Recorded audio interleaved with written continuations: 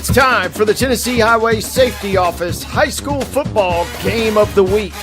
The Tennessee Highway Safety Office reminds you that fans don't let fans drive drunk. The Game of the Week is also brought to you in part by Delta Dental of Tennessee and Main Street Media. Now, let's go to the field and join our play-by-play hosts live from the game.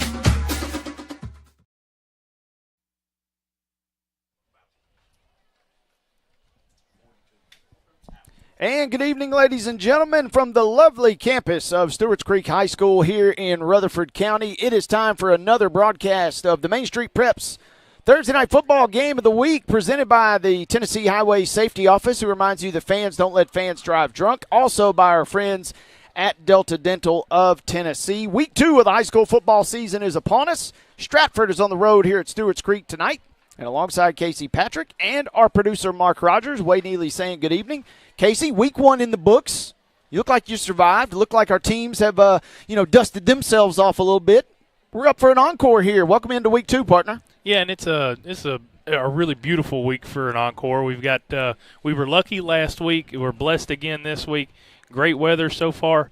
These Stewarts Creek folks have been real nice to us, been real hospitable. They even let me eat some of their food while we were here earlier. So having a good time already today. Hey, now that's the real sign of love and of test right there, because they got a great spread and it is dangerously close to us here. So if you hear any silence, any prolonged stretches, don't mind it, folks. That's just me and Casey leaning over and helping ourselves do a little bit of the grub there. But you're right. Gorgeous facility, gorgeous setup. Terrific night for high school football. Yet again, we kind of, I don't know what we've done to the football weather gods, but keep doing it, folks, because another dandy evening here. Stratford enters this game 0-1. They went north of the border last week, Casey. They went up on the road to Hopkinsville, Kentucky, and didn't necessarily go their way, especially down the stretch. It was a game that kind of got away from them, but they made it 21-13 early in the third quarter before they kind of wilted. That was Stratford's tail of the tape from last week. Stewarts Creek, meanwhile, wow, these guys continue to impress after a really, really explosive season a year ago. They took care of business as well, kind of opening up week 1. So we had two kind of mixed results here, which should make for an interesting contest here tonight. Yeah, and one of the things I thought was interesting last week, I noticed, Stewarts Creek, they were able to get the win over Centennial in week 1, but they went down 14-0 in the first quarter. So I'm really interested to see this week if Stewarts Creek gets off to a good start or if they get off to a bad start.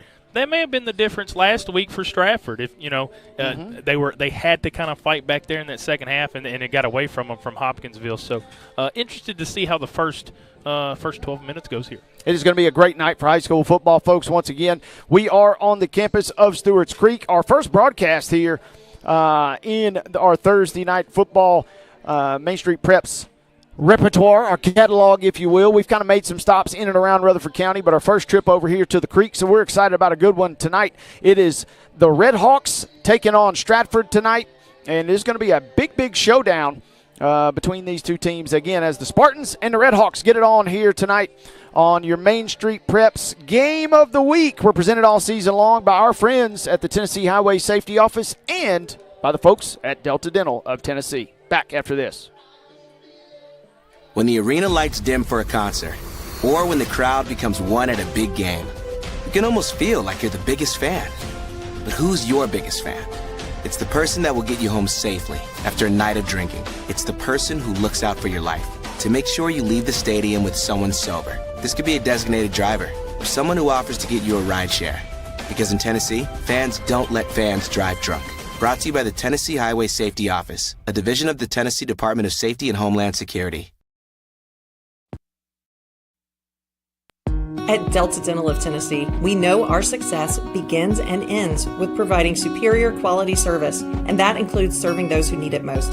This year, we're celebrating 25 years of giving back to the community we call home. Delta Dental, along with our Smile 180 Foundation, supports Tennessee's dental colleges and oral health education, children's hospitals, free and reduced cost dental clinics, and other like-minded charities. Here's to the next 25-plus years of ensuring healthy smiles.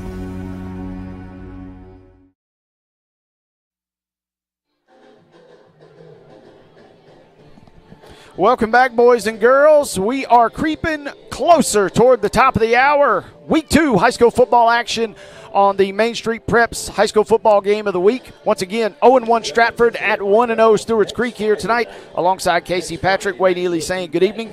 And Casey, we teased it a moment ago. 2 different results, obviously, but it was still week 1. And some coaches, well, all coaches that feel like say this, say the biggest improvements in their team, the biggest adjustments take place from week 1 to week 2. I'll be kind of fascinated to see, win or lose for both of these teams, kind of what adjustments they do bring to the table here tonight. Well, and one of those adjustments I'd like to see is from the Stratford offense. Last week, Anton Wilson, 7 of 14, 50% completion percentage. He had 157 yards and 2 touchdowns. That's all great, but he also had 3 interceptions.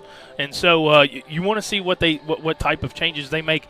They only had 13 carries last week, is what I could find as far as stats. So that makes me think they weren't really able to run the ball a whole lot, had to throw the ball quite a bit. And so really interested this week to see those adjustments from that offense. You are exactly right. Meanwhile, if you're Coach Caudill and the Stewarts Creek Red Hawks, I don't know that you necessarily, sure, there are some things you want to improve, but there's not a lot because they were grounding and they were pounding, folks, and especially Jamarcus Brown. All the big fella did last week, 36 carries, 258 yards, 4 touchdowns. Talk about a stat sheet stuffer, Casey Patrick.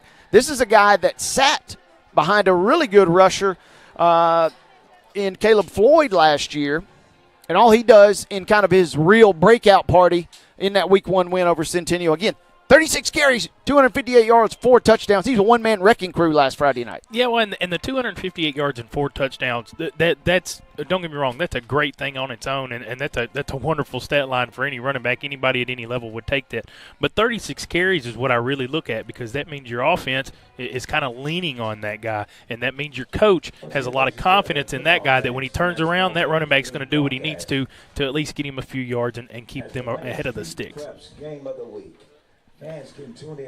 As we get closer toward the top of the hour, Stratford is off in the distance. It is a gorgeous night for high school football, but this is a top-notch facility. Stewarts Creek, again, these guys opening just after the 2010s, opening in 2012, and all they've done is kind of stack excellence on top of excellence. Last year was really kind of a culmination of that. As Coach Ben Caudill, as we mentioned, they win their first ever region title and now it didn't necessarily end the way that they wanted, kind of like the way our Week 1 matchup, remember, with Beach and Green Hill. Kind of some unfinished business, it feels like, for Stewarts Creek. And if they can get this win tonight, they're off to the races with a 2-0 start. Yeah, well, and, here's the thing. When you rush for 430 yards in Week 1, that gets you going. I think you got a lot of these guys out here, whether it's your offensive line, maybe it's your backup running backs, certainly Jamarcus Brown, but you've got plenty of guys out here that are really ready to get going. They've all been really I think they all had a good time last week, and they're ready to get going this week against a pretty good Stratford team. Yeah, and that's the interesting thing, too, is, Centennial, obviously a great team in their own right. But early in the season, we'll get into what region play looks like for Stewarts Creek in a little bit. But it is a gauntlet, folks, so buckle up. And it is going to be a season where you need to get some seasoning in these early games. So that'll be the stage being set here. Stratford is at Stewarts Creek tonight. We have our colors being presented. We will break for our national anthem. And when we come back, Casey and I will get you prepped for kickoff. Coming your way right after this here on Main Street Preps Game of the Week coverage presented by the Tennessee Highway Safety Office and Delta Dental.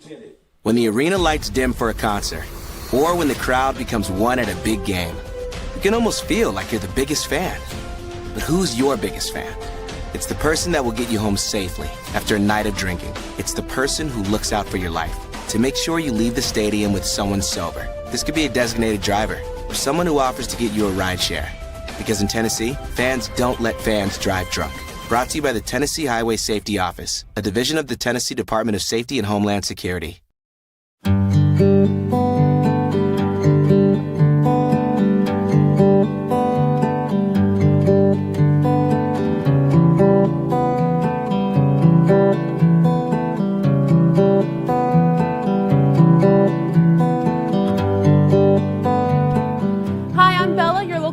At Bongo Java, come see us at the Omni Nashville.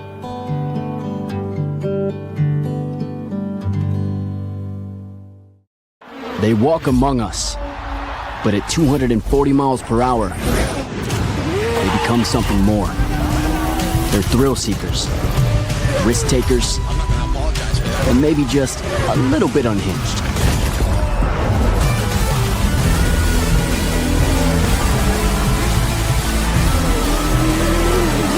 Buckle up. This new era of speed, this racing revolution, it's just getting started. Hi, I'm Stephanie Miller. Main Street Media is partnering with Borchetta Bourbon Music City Grand Prix at the Nashville Superspeedway to send a family of 4 to the race August 31st. To register, please visit any Main Street Media website and look for the Register Here banner. You'll also receive some fantastic Borchetta Bourbon Music City merchandise. We look forward to seeing you at the race.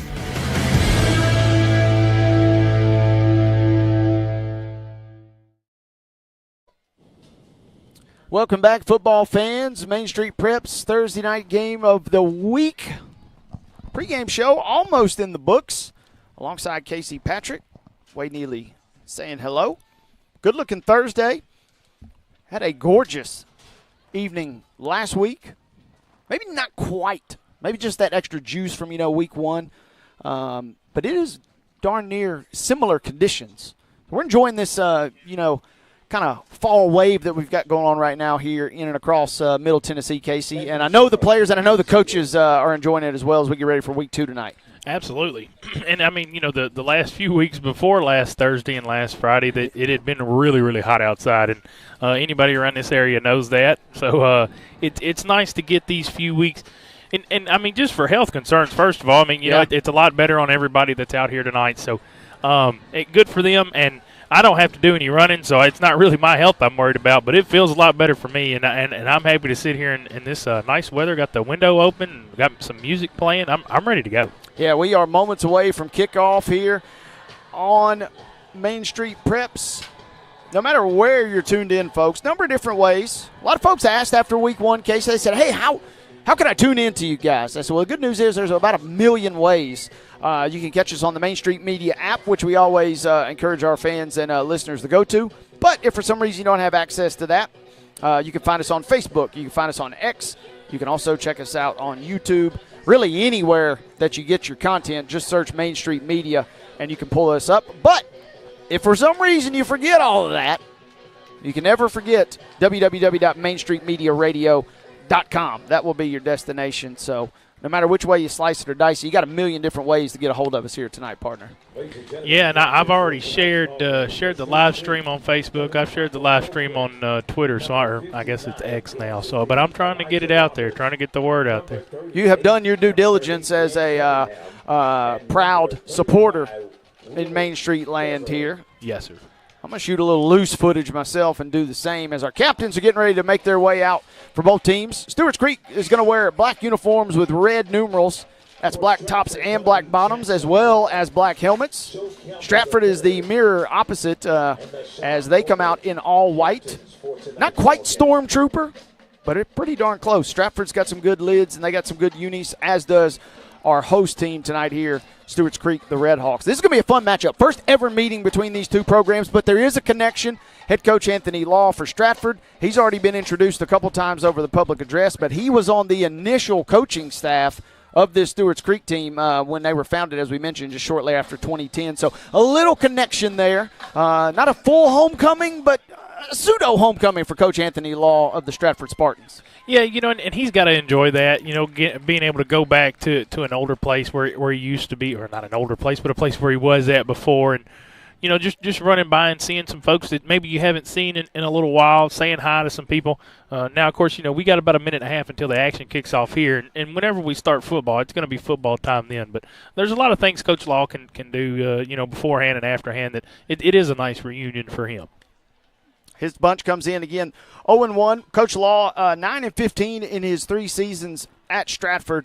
But he's got some success, and he's not unfamiliar as we got our coin toss, and Stratford does win the toss, and they do elect to receive. So Stratford is going to get their mitts on the ball to start this game. Coach Anthony Law, though, don't let this fool you, folks. 29-29, you're thinking, maybe that's not that impressive of a record. That's 500, right? That was 5 seasons at Whites Creek from 2005 to 2009. But in that stretch, some of the best seasons in Whites Creek history, including a trip to the 2009 semifinals. So Coach Law with success at Whites Creek, trying to kind of duplicate that here at Stratford now.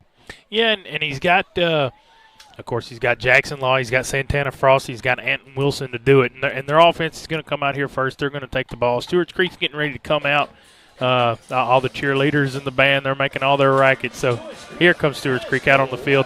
Stratford's got their offense. They're ready to go.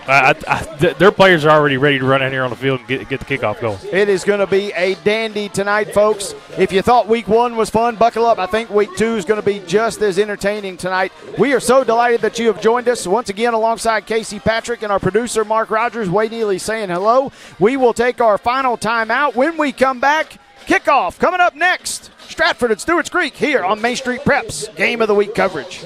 When the arena lights dim for a concert, or when the crowd becomes one at a big game, you can almost feel like you're the biggest fan. But who's your biggest fan?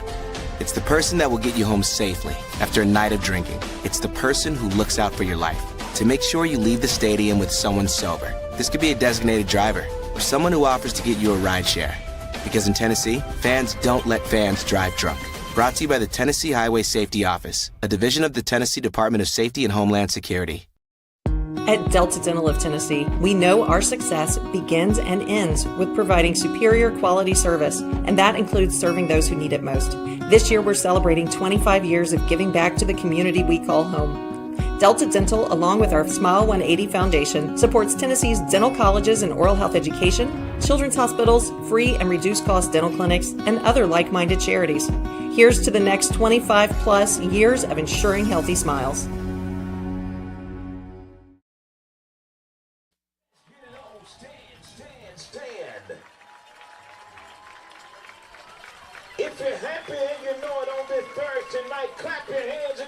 We are back, ladies and gentlemen, and it is time for Week 2 action here on Main Street Media Radio. Main Street Preps Game of the Week presented by our friends at the Tennessee Highway Safety Office as well as Delta Dental. Alongside Casey Patrick, Wade Neely saying good evening. Casey, we've hyped it up as much as we can. I got a little goosebumps going on. It's time for Week 2, partner, here on Main Street Preps Game of the Week coverage. Yeah, and I think everybody's just about as ready as we are to get this thing started. And the kicker out here, he's getting ready to get us started. Stewarts Creek again, black uniforms. That's Landon Wharf, a junior, lined up nowhere, number 19. And at 7:02, he boots us away. We are off and we are running. This will be fielded by Stratford at their own 5-yard line. Nice crease down the right sideline. Running right along the right side hash, as it were. And a good little return there for Santana Frost, the young man that you mentioned just a moment ago, getting Stratford out to around their own 30-yard line. Yeah, and Frost was really the only running back that was able to get a few carries last week. So he's going to be kind of very important in this offense to see how everything goes. We got Jackson Law down here on the bottom of this, or I almost said screen, on the bottom of the field. Big kid, long arms. Going to be looking for another 100-yard reception night. Here comes Stratford again. They go left to right on this opening drive. Opening play from scrimmage. Play fake. Simple pitch and catch. Hauled in. Way over there on the Stratford sideline. Good grab by Jordan Stem, a junior. But there is a marker down around the line of scrimmage. And that was around a 12-yard pickup, but let's check everything here. Going to get him for a legal man downfield.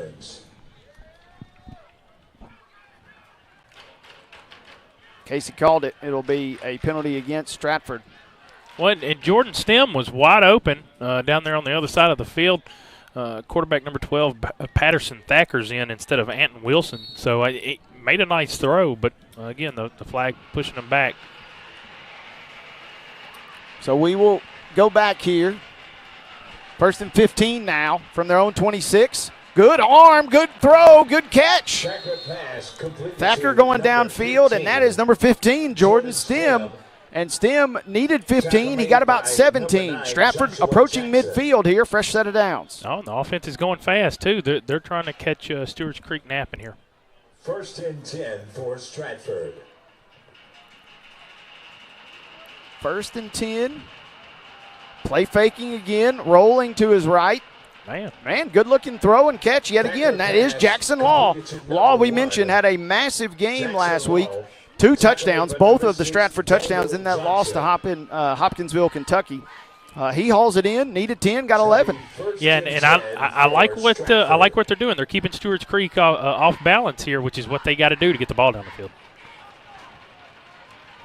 1st and 15, and then 1st and 10, both converted. But on this 1st and 10, sacked. It was a little bit of a low snap, kind of off to the side, really. And again, that's Patterson Thacker, who's a sophomore. He's got the build of a starting quarterback, but he, again, did not play last week. Didn't start, at least, last week. And that sack is a 7-yard drop in the backfield. So all that momentum that Stratford had kind of built up, now they're south of their own 50-yard line. 0-0 your score, a minute and a half into this contest. Sets up 2nd and 17. Another high snap. Pressure coming off the backside, and Thacker's going to have to eat it. He is sacked, brought down with a vengeance as Ben Cunningham, the 5'10 senior. Casey, no one picked him up off the edge, and he just flat out got to the QB and laid waste to Thacker there. Yeah, and I don't know if the right tackle, number 55 for Stratford, Kalen McAllister, I don't know if he just missed him or maybe it was a missed assignment, but Cunningham did come off that edge. But I'll tell you right now, number 55, Isaiah Hayes, on the defensive end right there, he's been a wrecker every play so far, and Stratford's going to have to do something about him to be able to get any offense going. It's about 3rd and a quarter mile here. 0-0 your score. Stratford had all the momentum in the world. 2 straight first down conversions. Now they've been sacked 2 plays in a row. Big 3rd down. Downfield. That pass nearly deflected, maybe even tipped away there by Kingston McQueen, but it's incomplete. And it'll be a punting situation here. Good stand defensively after somewhat of a shaky start by this Stewarts Creek defensive unit. Yeah, well, in Stratford, really what they needed to do, I mean, they had that good start, like you said, and they needed to stay ahead of the change. You know, you don't have to get 10 and 15 every play, but if you can get 2 or 3, maybe even 4, you stay ahead of the change. Once you lose 7 on that sack, it really screws the rest of your drive. But I will tell you, I think Patterson Thacker made a few really nice stuff. Ooh. Low snap, and this is dangerous. Not sure we're going to get a punt away. We won't. And Thacker's back there as the punter. He's athletic. He does pick it up, and he somehow wiggles out of a couple tackles. And he gets back to the line of scrimmage, but obviously well shy of any sort of thinking about picking up the first.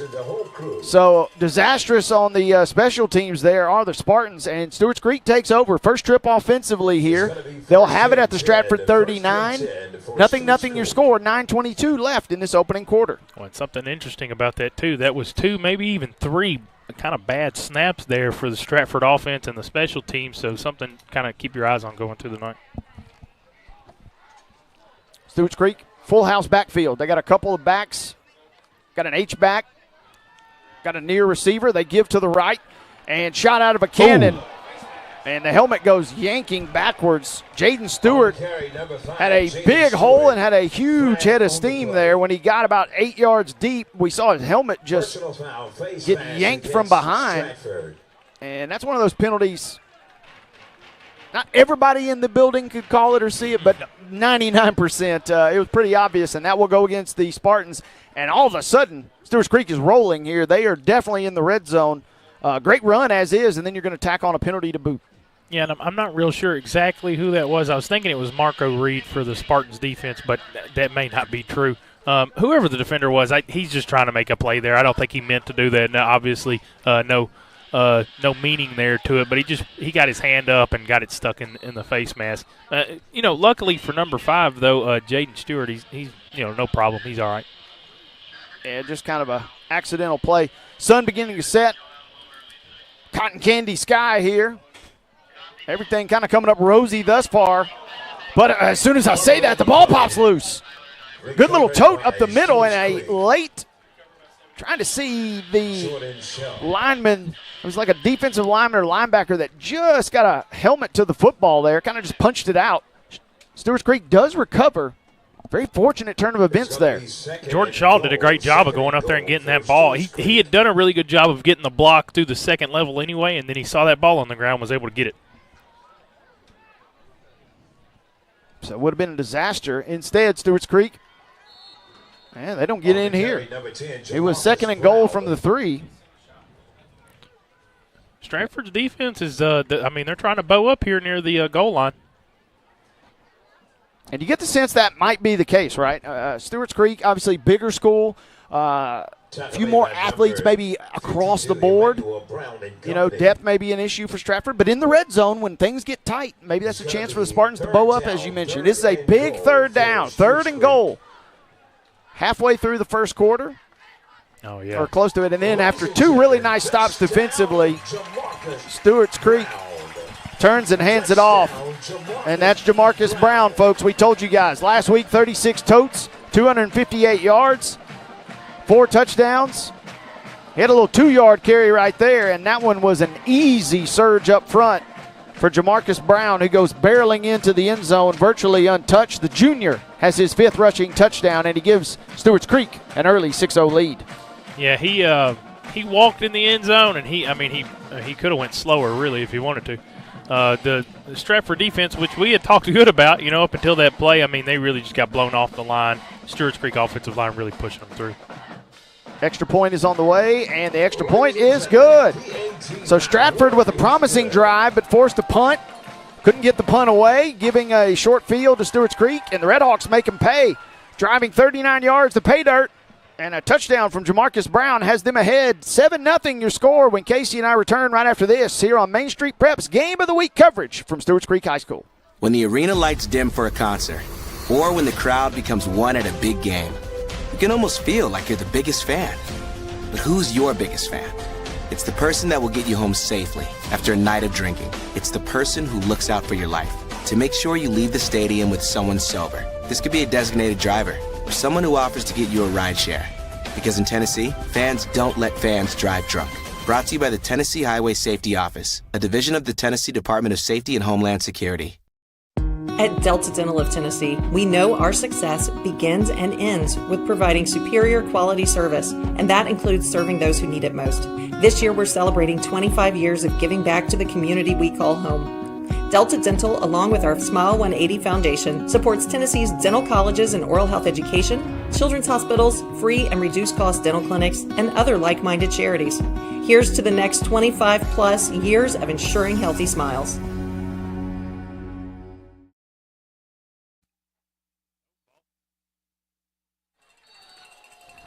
Back with you guys here on Main Street Prep's Game of the Week coverage alongside Casey Patrick. Wade Neely saying hello. Casey, we had a little bit of a scare on the kickoff here. Stratford has already given up 7 points. Stewarts Creek taking advantage of a short field, 39-yard play. 39-yard touchdown drive. They lead at 7-0, and all of a sudden this game just feels like Stratford's back's against the wall here. Yeah, well, they almost fumbled that right there on that kickoff, but the refs blew the play dead a little early, but they were lucky. They had the ball anyway.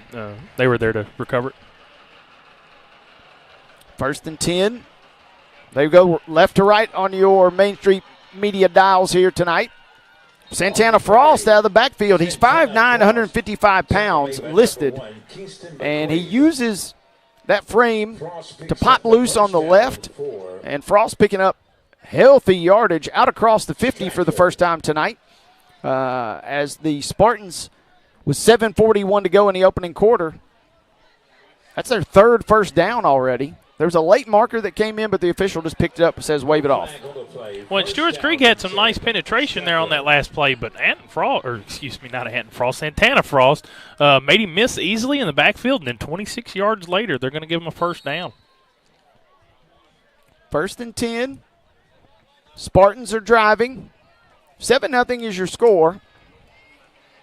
Out of the pistol, they turn, they hand it back off to Frost, this time running to the right. A penalty marker does come in. Frost picks up about 3 before he is greeted and seated. Kingston McQueen in on the tackle there. There was a penalty, kind of in that vicinity of holding, you would imagine. That's what the back judge is calling right now. It's going to be holding against Stratford.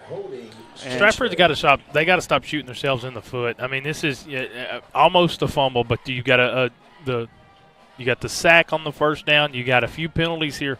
I think if you just kind of stop hurting yourself, I think you might have something for Stewarts Creek tonight. They looked fantastic, folks. For those that just tuned in, Stratford, 1st and 15, they picked up a 17-yard completion for the first, 12-yard completion on the next play, and then they went backwards. Trying to make amends here, 1st and 20, after the penalty marker is marked off. And Frost, again, 5'9", 155 pounds. He's elusive, and he is slippery.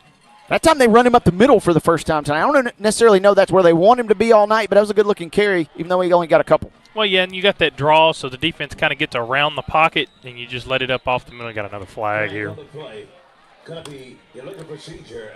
Also, for those that have just tuned in, interesting storyline here is Patterson Thacker. He looks the part, folks, but he did not start at QB last week for Stratford. He's a sophomore, 6'3", 225. Already shown some nice wheels, already shown a nice arm. But we have not seen Anton Wilson here thus far. And Wilson's healthy. He's fine. He's over there on the sideline. I've seen him walking around. He's got his helmet off. He doesn't look to be too happy about the quarterback situation, but that makes sense. 2nd and 20. They'll play fake. First read not there for Thacker. He brings it down and now scrambles to his left, and he's going down. Right as he got close to the line of scrimmage there. 2nd and 20 as Brendan Peter is able to bring him down. Peter, 5'11", 231-pound sophomore, stayed with the play, flowing to his right and tackling Thacker right around the sticks for no gain at best. Well, I know this is easier said than done, but Stratford's offense, in order for those guys to be efficient and successful tonight, they're going to have to stay kind of like on script. If Thacker has to start running for his life and get away from defensive linemen, they're going to be in serious trouble all night. 3rd and 20, and this goes over the head. The ball is still loose. Thacker just falls on it. What is that, about the 4th kind of bad snap we've seen tonight? 3 on offense now and 1 on special teams. Thacker does well to fall on it, maintaining possession. He drops right back into his punting duties here. But buckle up. This has kind of been an adventure thus far tonight. Stewarts Creek leading 7-0 and looking to get the football back. When it looks, it looks like, I may be wrong here, but it looks like Jackson Law is the long snapper. And, of course, they do have Thacker back there to punt it. That's a good punt, or a good snap. Oh, blocked. This is unfortunate, folks, because as Casey said, it was a fantastic snap, especially considering the first effort we saw tonight. But even though it was a great snap, Thacker had to wait 1 extra second to get the kick away, and when he did, it was partially blocked. And after the deflection, it trickles not much further beyond the line of scrimmage. It actually rolls out of bounds at around the 45. So Stewarts Creek already leading 7-0. Their first drive tonight began at Stratford's 39. This one not quite as impressive, but they'll start at the 44, looking to go up 14-0 perhaps. On both of their drives, Stratford has made it across the 50-yard line, and then Stewarts Creek starts their next drive on the other side of the 50. I don't think I've ever seen that happen before. Jet sweep. They're running right toward us here, and they're running toward the Stewart Creek sideline. That is a good carry. And Jaden Stewart, who we saw a couple of times on that first drive, they got him in space right there. Well, yeah, and there really wasn't a whole lot of space, and Jaden Stewart was able to make it. He outran the edge defender there to get a few yards. Stewarts Creek driving right to left. This sunset keeps getting prettier and prettier tonight, folks. And Stewarts Creek is trying to keep the good vibes rolling here for the hometown faithful. They play fake the jet sweep. Now they hand back off to the left. Ooh, big bruising set of contact there as Jamarcus Brown, he absorbs a vicious hit there. Joe Campbell was there to greet him, a senior DB. And that was a good little battle. And Jamarcus Brown wins that battle, though. He not only takes the contact, he falls forward. He had the first down anyway and picked up maybe an extra yard. Jamarcus Brown looks like maybe somebody that's just a hair too short to be a perfect defensive end, and they decided to let him run the ball, and he's really good at it. I like where you're going with that. He does have an impressive build. Again, 4 touchdowns last week in the win over Centennial. They run. Oh, good pursuit and flowing to the football there. And the ball comes loose at the end. Ball comes loose. Down by contact, however. Jaden Stewart. We saw him on the jet sweep running right to left. This time they reverse it and go left to right. And it was a good job of just flowing to the ball there. Well, in that last run by Jamarcus Brown, I mean, it was really just like an inside split type run. And, I mean, they had a lot of eye candy, but the offensive line, this last play wasn't very good, but the offensive line been doing a good job of creating some holes. Caesar Harris, the 4th on the tackle. Great football name, by the way. Sets up 2nd and 12 after the small loss. And Stewarts Creek's going to throw downfield. A rare throw there. That was Jerry Taylor, the senior. And Jerry Taylor was not asked to throw a lot last week. Then again, you got big Jamarcus going 36 times for nearly 260 yards. Why would you throw? But he showcases a nice arm there, too much of an arm, in fact. He overshoots his man. It'll be incomplete. 3rd and 12 upcoming. Yeah, but I mean, I think if you're a Stewarts Creek fan or maybe even head coach out there, you're not really Coach Caldwell, of course. You're not really going to be worried too much about that incompletion because your guy got open. Quarterback just missed a little bit. That happens. He may be a little antsy tonight or whatever. It is senior night, but I think that's okay. It's one of those you'll take it in the long run. They'll load up and throw again, or maybe not. Going to have to tuck and run, and now all of a sudden finding a little safety valve and finding first down yardage. Great job of extending the play. Jerry Taylor, the pocket breaking down. He steps up in the pocket, looks like he's going to run, but he keeps his eyes downfield, and Kingston McQueen also trickles out downfield, and that leads to about a 14, maybe 16-yard pickup for the first down. That is a back-breaking play for this Stratford defense with Stewarts Creek already up 7-0. Well, yeah, and you play great defense just to get in the 3rd and long there, and then you've got a good defense set up on 3rd and long. And Jerry Taylor just out there making guys miss, look very Lamar Jackson-esque. Finds a guy, they get a first down, offense keeps rolling. That was a great comp because the way he stepped up in the pocket, it was very similar, very shifty. But he also was trying to keep the play alive downfield. Speaking of keeping plays alive, not 1, not 2, but 3 different Stratford players trying to bring down Jamarcus Brown. That is a bad dude, folks. I'm here to tell you.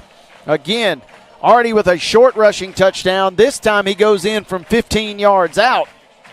And Stewarts Creek, Stratford, similar script on both of their drives, offensively and defensively. They've shown a little promise. You see the high-end potential, but they haven't put it all together, and they find themselves trailing right now 13-0 with the PAT pending. Well, and Jamarcus Brown right there, we saw earlier in the drive where he kind of just put his shoulder down and knocked some people over. But right there, he made a few people miss, had some shiftiness to him. A little wiggle in him, didn't he? Yeah, he did. I mean, we've been talking about Jaden Stewart and having some wiggle and some speed. Don't get me wrong, Jaden Stewart's got it. But Jamarcus Brown had a little bit to him there, and he didn't really even have to hit too many people that hard to get into the end zone right there. A little change of pace there from the big fella. We see Jamarcus go in for a second rushing touchdown. It is a good start for Stewarts Creek. Stratford is trailing 14-0. Great ball game, great night for high school football. Come on back, folks. We're late in the first quarter, and Casey and I are back right after this here on Main Street Preps. Game of the Week coverage presented by our friends at the Tennessee Highway Safety Office. When the arena lights dim for a concert, or when the crowd becomes one at a big game, you can almost feel like you're the biggest fan. But who's your biggest fan? It's the person that will get you home safely after a night of drinking. It's the person who looks out for your life to make sure you leave the stadium with someone sober. This could be a designated driver or someone who offers to get you a ride share. Because in Tennessee, fans don't let fans drive drunk. Brought to you by the Tennessee Highway Safety Office, a division of the Tennessee Department of Safety and Homeland Security.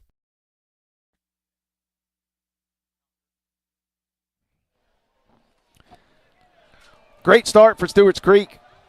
2 short touchdown drives. They took over at the 39 for Stratford on the opener. Took over here at the 44. Both of them have ended with touchdowns from Jamarcus Brown. This kid's 5'11", 200 pounds. Casey just said it a moment ago. You can tell he kind of craves contact. But on that last run, he said, you know what, I got a little wiggle about me too.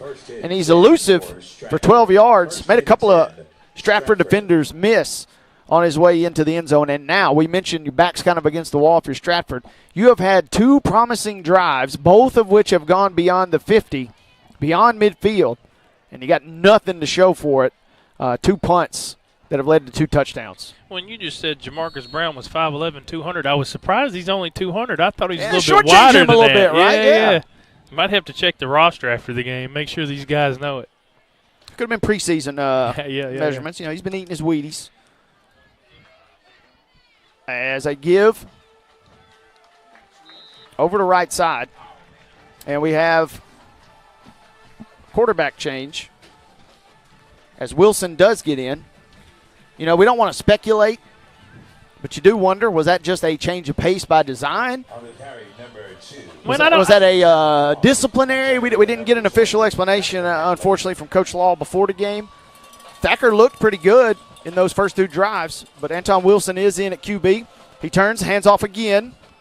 Frost is a very quick runner, getting to the line of scrimmage and beyond in the blink of an eye, but he's met quickly on that far sideline. Tough to see who brought him down. And you know, I'm really not sure. I don't think Thacker did much to get taken off the field there, but I think they know how the offensive line needs a little bit of help there, so might have to get Anton Wilson out there just to run. That was Daniel Johnson on that tackle. Quickly a 3rd down here, and Wilson sets down in the pocket. Little gunslinger, little sidearm sling to Law, who again had the 2 touchdowns last week, 58 yards and 39 yards. That is a much-needed first down for Stratford. They needed 10. They got about 12. Yeah, well, they're going to need 6 here in a minute, too. So I like what I've seen out of Anton Wilson in his first throw. Second throw, he takes some contact, still gets a pass away, and it's complete. Downfield, out across the 45, down to around the 41-yard line. Not a wounded duck. That was a good throw under duress and absorbing contact there. Completing one deep downfield, I believe, to Campbell. Well, I got to be honest, I've been pleasantly surprised by both of these quarterbacks. Anton Wilson's been really good the first 2 throws he's thrown. He's looked crisp. They go back to the ground. A little sweep action toward the left. There are as many as 5 Stewarts Creek Red Hawks there to greet Frost. Frost kind of gets up like, okay, guys, I get it. We don't need all 5 of you over here. Gang tackling there. A lot of them coming from the front 4 for this defense for Stewarts Creek that you know probably wants to turn in a little better effort than they displayed last week, giving up 30-plus to Centennial. Yeah, I think that's part of it, too. Those guys are amped up to play. 2nd down. Play fake. Downfield. Oh, incomplete. Tough break there. Jackson Law, great receiver. You know, he's got some interest from the Air Force, Campbellsville up in Kentucky where his brother's playing, Maryville. But that's one you want to hide that tape right there. It hit him in the hands, and he just flat out dropped it. Yeah, I think he wanted to get his head turned around. He was looking for 6 before he had the ball, and you got to make sure it's in your hands before you can run. 3rd and 8. Stratford converted a big 3rd down earlier. They're going to go for the bundle here. Deep downfield, a lot of hand fighting, and it's incomplete, but there is a penalty flag. There was some hand fighting there. Joshua Campbell, the receiver, and Kingston McQueen were kind of going toe-to-toe there. And we're going to check the flag. It was a lot of back and forth, but they're going to get in on the defense. Yeah, defensive pass interference. And 3rd and 8. It's kind of a great play call, Casey, in the sense if you catch it, obviously awesome, you score most likely. But if you don't catch it, you can get a freebie sometimes. And the hand fighting was called, and it'll be a fresh set of downs, a much-needed first down for Stratford, who now snaps this ball at the Stewarts Creek 24-yard line. Well, you know, and you hate those calls like that, but I mean, you got to throw the flag there. It's just too much contact. Twins in the backfield, out of the pistol. They fake to one, send one in motion. Now they snap. A little button hook here. Law maybe could have made that catch, but it was a real low throw, and he had to fall to the turf, and it goes between his hands. It'll be incomplete. Daniel Johnson in on the coverage there for Stewarts Creek. 14-0 your score. 57 seconds remaining here in this opening quarter. Alongside Casey Patrick, And our producer, Mark Rogers, Wade Neely, saying good evening. Stratford trying to put it on the scoreboard for the first time tonight. 2nd and 10. And give up the middle, nothing. Stuffed right up the middle. Good surge up front. Just winning the assignment right there at the point of contact. I think that's, that's Brendan Peter, the sophomore. That was a upperclassman level play right there. Good stop, sets up 3rd and long. Well, and, Stratford knows they got a good running back in Santana Frost, but they're having trouble right now with the offensive line. So I think they're just running to keep the defense honest. Huge play here. Already converted a couple of 3rd downs. Oh, no. Stepping up in the pocket, Wilson overthrew his man. Law was kind of running a deep drag toward the back of the end zone. And as athletic as Jackson Law is, the senior was nowhere near being able to make an attempt at that ball. So 4th down. Calvin Johnson wasn't going to catch that ball. Nah. You would need a pretty decent-sized stepladder to come up with that one. But it was incomplete. Didn't turn it over, so at least you keep the play and keep the drive alive. This is the biggest play of the game thus far for Stratford. 4th and 12 from the Stewarts Creek 26-yard line. There's a flag down, but they go downfield. There was a little more hand fighting deep downfield. No flag there. It'll be a hold at the point of the snap there. And that penalty will be declined, and they'll turn it over on down. So Stratford's had 3 really promising drives. 2 of them have had to end in punt, and that one ends with a turnover on down. Stewarts Creek coming up with a nice stop right there on the precipice of the red zone. Well, there was a little bit of contact right there in the end zone, right in front of it anyway. I was afraid they were going to throw the flag, but I'm glad they didn't on that one. Stewarts Creek going to get back out here at the 26-yard line. I'm actually excited to see what a full drive is going to look like for these guys. They might try something different now. Stewarts Creek takes over. This is by far their worst field position from their own 26. First drives tonight have come inside of Stratford territory. Rolling, firing downfield. Taylor, in and out of the hands. Would have been a very acrobatic catch for Dallas Johnson, the junior, who went full extension, and he would have touched down the toes right there in bounds, but he just couldn't haul it in, incomplete. Well, and, honestly, it's kind of interesting. I don't know if it's exactly the same play, but it was the same route and the same concept from the quarterback on the play that he missed down here to Dallas Johnson, I believe is his name. Yep. Yeah, Dallas Johnson. Down here in the corner, it was the same play, same kind of route. But they're getting closer on that play. They're going to hit that play before the night's over with. Out of the pistol here. They're looking to throw in the flat, and now Taylor's going to step up and run. He's got some space. Out across the 30. Out near the 35. He needs the 36 for the first down. He's going to be just shy of that. Good pocket presence there. We've seen it a couple times tonight from Taylor, and that time he stepped up and he took off and ran to the tune of about 9 yards. What do you want to bet this is a handoff to Marcus Brown up the middle? Well, we're going to have a break to mull it over, but if I was a betting man, Casey Patrick, I would like that because Stewarts Creek has got everything kind of working in their playbook right now, but they do need to pick up a 3rd and short when we begin the second quarter. Into the first. It's been a fun one, folks. Stewarts Creek with 2 touchdowns, and they lead at 14-0. Casey and I are back right after this on Main Street Prep's Game of the Week coverage here in Rutherford County. When the arena lights dim for a concert, or when the crowd becomes one at a big game, you can almost feel like you're the biggest fan. But who's your biggest fan? It's the person that will get you home safely after a night of drinking. It's the person who looks out for your life to make sure you leave the stadium with someone sober. This could be a designated driver or someone who offers to get you a ride share. Because in Tennessee, fans don't let fans drive drunk. Brought to you by the Tennessee Highway Safety Office, a division of the Tennessee Department of Safety and Homeland Security. At Delta Dental of Tennessee, we know our success begins and ends with providing superior quality service, and that includes serving those who need it most. This year, we're celebrating 25 years of giving back to the community we call home. Delta Dental, along with our Smile 180 Foundation, supports Tennessee's dental colleges and oral health education, children's hospitals, free and reduced cost dental clinics, and other like-minded charities. Here's to the next 25-plus years of ensuring healthy smiles. Second quarter just underway here on Main Street Preps. Game of the Week coverage. Handoff up the middle. Stewarts Creek needed a yard. Got 10. got 15 out across midfield. Casey teased it right before we went to the break. You had virtually everything in the playbook at your disposal on 3rd and short. And Jamarcus Brown busting loose. He's already got 2 touchdowns tonight, and he's out across midfield. Good start to the second quarter here for the Red Hawks. Well, and I love I formation football with a tight end and a fullback and just going right up the middle. And perfect execution by the offensive line, the fullback, everybody creating that hole. Jamarcus Brown just hitting it.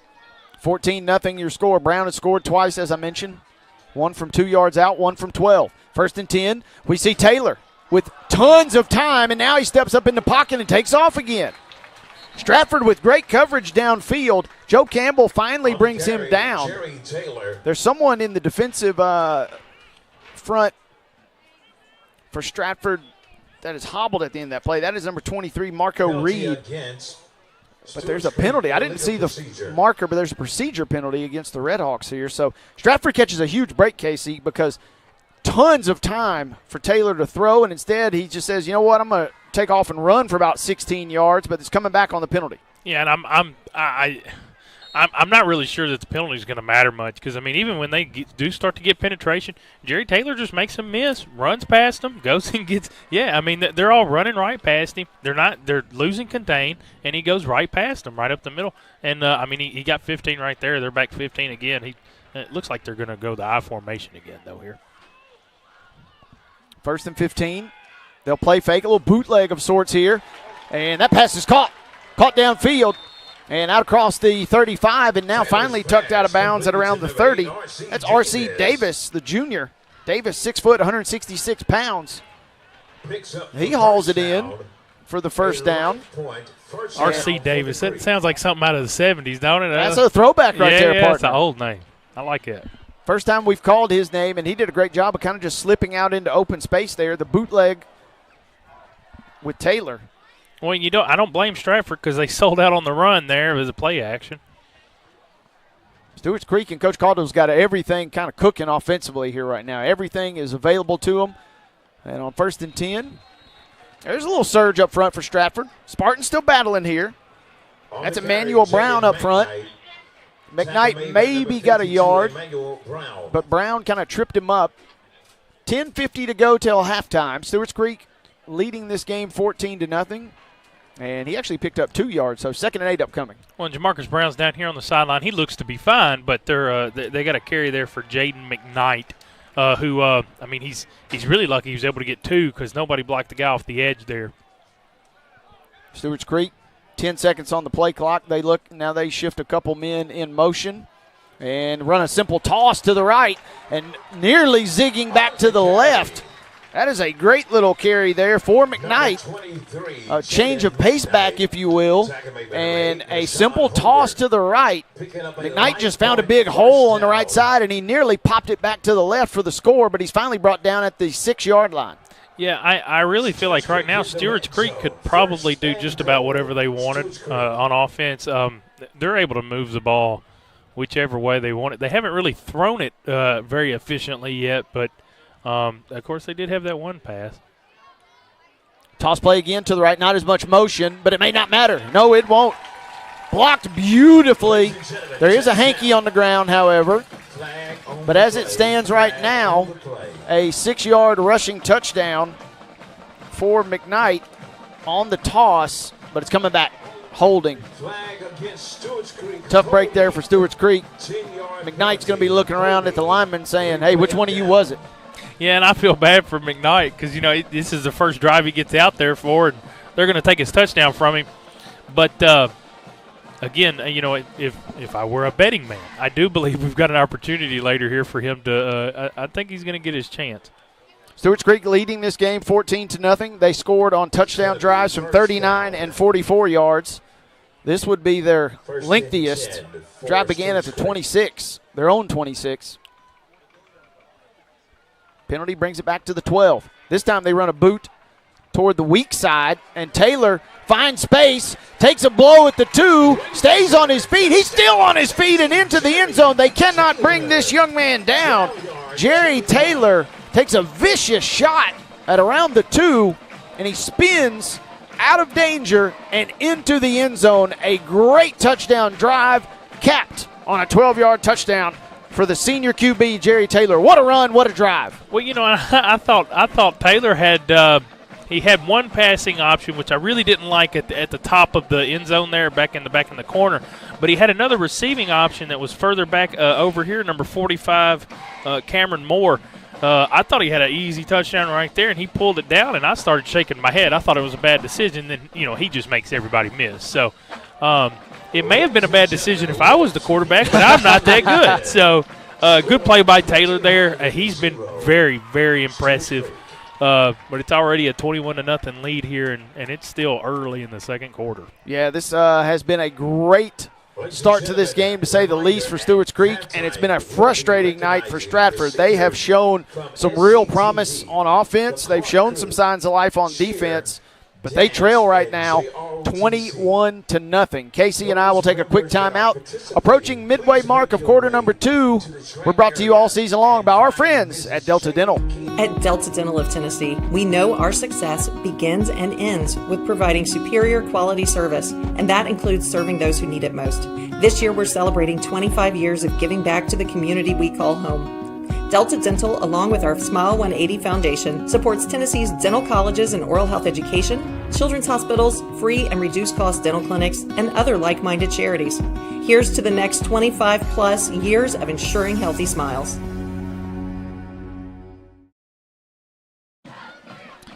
Alongside Casey Patrick, Wayne Neely saying hello. Our producer tonight, Mark Rogers. Been a great start to this game for Stewarts Creek. Hard-fought contest in week 1, winning over Centennial. And, wow, flown to the football here. They pooch kick it. And before we can really even describe the return, Stewarts Creek is flowing to the football on defense and now special teams, and Stratford is backed up. This is not a team that's certainly incapable. We've seen the flashes, Stratford that is, offensively, of what they can do. But being backed up around your own 18-yard line, never really a great thing. They've got a long way to go, and they trail 21-0. Yeah, and Wilson's back out at quarterback, which I liked what I saw from him. Patterson Thacker was good while he was out there, but Wilson's back out. As we fire one downfield, and that one comes up. Wilson pass intended. They give him a little more yardage than I thought. Thought he only got 2 or 3, but they keep rolling the sticks there. About a 5-yard haul downfield. Stewarts Creek's up 21-0. Stratford out of the gun basically now. Firing downfield, nearly intercepted. It was initially to Law. Too hot for him to handle, and on the ricochet, a DB got his fingertips to it, nearly hauled it in. It's quickly third down. This is the second straight drive, Casey, now that we've seen Stratford immediately in a third down to begin. Well, and I'm going to tell you right now, somebody else that's been impressive, I've talked about it a few times, Brendan Peter has been in the Stratford offensive line. He's been in their face all night long. Well, when I heard the PA announcer refer to him as the big man earlier, you don't just get that title for nothing. Wilson steps up in the pocket, and he is going down. Number 11, Michael Colquitt, first time we've called his name tonight. He's in on the sack. Casey's got Peter. He was in the neighborhood. I don't know if he'll get the official credit, but he was lurking out there. And it's fourth down, and Stratford is going to be forced to punt. It is disastrous start to the game, and this is by far Stratford's worst drive tonight. They're going to punt, and they're going to probably give this ball back to Stewarts Creek with about 8 minutes left till halftime, trailing 21-0. Well, with the snap problems you've been having, it's 4th and 4. I think you stay out there with your quarterback and just roll the dice. They do get a snap away. This is the quote-unquote best kick. Oh, yeah, and a tough break there for Stratford. It took a beautiful roll, but it was angled so close to the sideline. They only got about 3 yards of skip there. Not the greatest snap. They've had 2 kicks blocked. One was a botch snap, and we saw Thacker just had to run for the turnover on downs, as it were. When I was worried that one, when Thacker got that punt off, I was worried that one was not very good. But like you said, that bounce saved him a little bit. I will say this. We talked about Coach Anthony Law and what he has done. He's done some great things at both Whites Creek, also coached in Indiana. He's a Gary, Indiana native. How about this, by the way? Former Tennessee State baseball. Yes, baseball standout back in the day. He's a great coach. And I've called some Stratford games in a previous life covering Giles County. Some of these snap problems, they've kind of been a recurring theme no matter who the coach is. It can be a challenge. And Stratford has really got to be super frustrated, Casey, because you trail 21-0. And if a few plays go this way or that way, you could be talking about a tie game, or maybe even you guys are in the lead at this point. And really, maybe even just a few penalties. You know, if you just take a few penalties away, you at least have a few points on the board. Maybe it is a much tighter game. A little trickeration here. Stratford had it scouted well.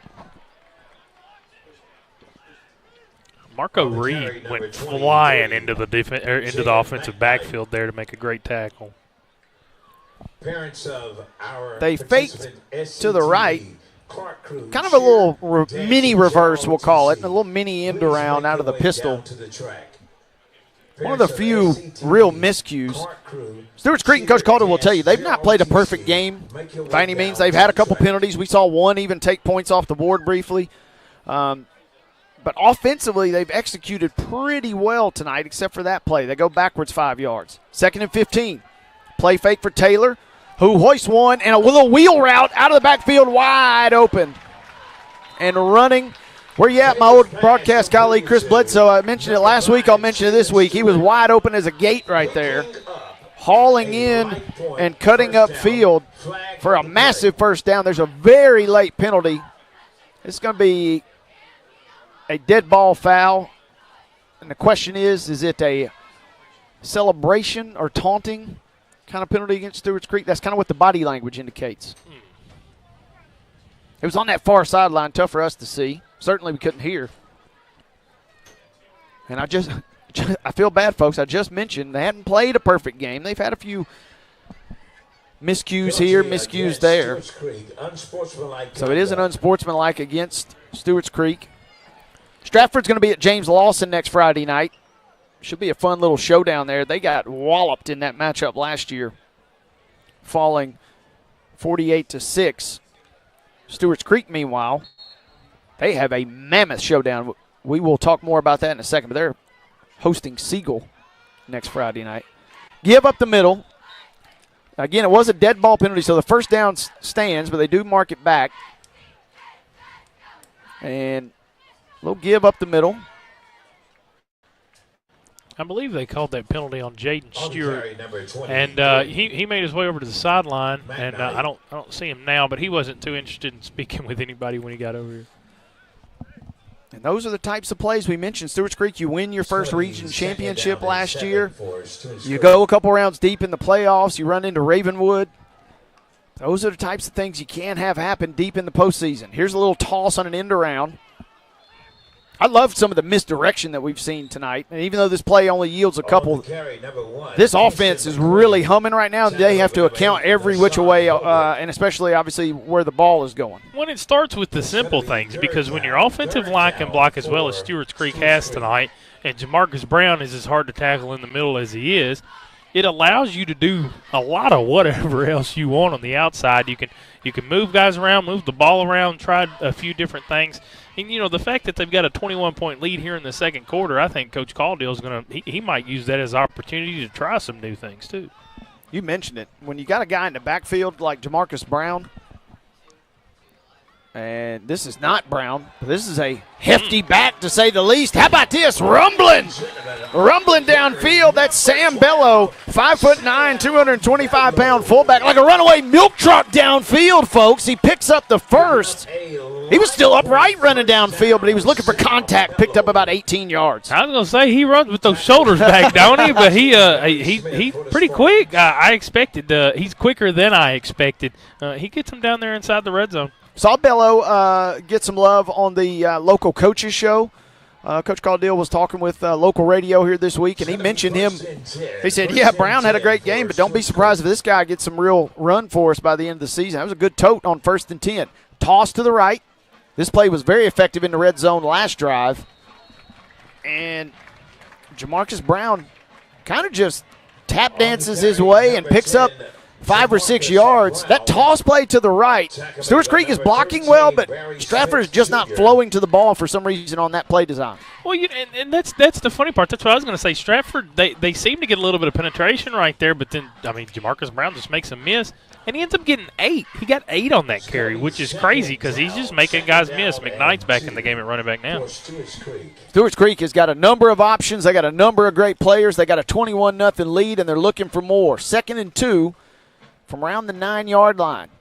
Ooh, a nice cutback. A second cut. A third might get him into the end zone. No, just shy. Tough break right there for Jaden McKnight. Very shifty out of the backfield. That first little hezzy right there got him ample yardage. He picks up about 8, and he's finally brought down at the 1-yard line. Be 1st and goal coming up for the Red Hawks. Yeah, and his pads are a little bit lower to the ground than Bellows were, but either way, I mean, they got Bello in at fullback or up back, if you want to call him that. McKnight's at the back, and then we're going to get ourselves a timeout here. Timeout, Stratford. Stratford's going to take a timeout. We're going to stay right here. 4:16 to go till halftime. Casey, I mentioned it earlier.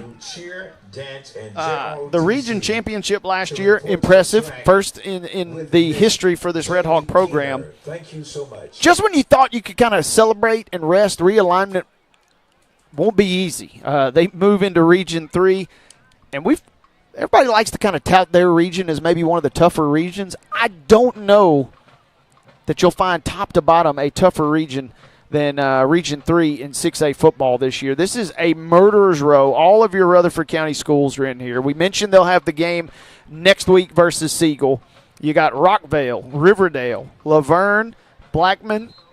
Later in the year, you got a one-off home game versus Knox Webb, your only other non-region game. But then you close with at Oakland and at Smyrna. It is a murderer's row for all these teams in this new Region 3 here in 6A football. Yeah, my goodness. This is the first time I've actually been able to look at their schedule. And that is, like you said, murderer's row right there. A lot of – and here's the thing. I mean, you look at some of these names, and, of course, Oakland jumps out, and they all jump out at you. But – they're all good. Even with the top-tier teams, they're really good, but they're all good.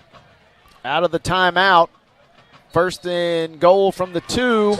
Here's a give. Yeah, end zone. There was just a massive humanity that just kind of converged. But Sam Bello just high-stepping, as Casey kind of called it earlier. He gets a little lower pad level on this, and he needed it. Because, again, about 8 people all converged right there above the center. And Bello just kind of bulldozes his way in, a 2-yard rushing score. And Stewarts Creek, man, they've looked good offensively here tonight. They lead this game now 27-0 with 4:09 to play till halftime.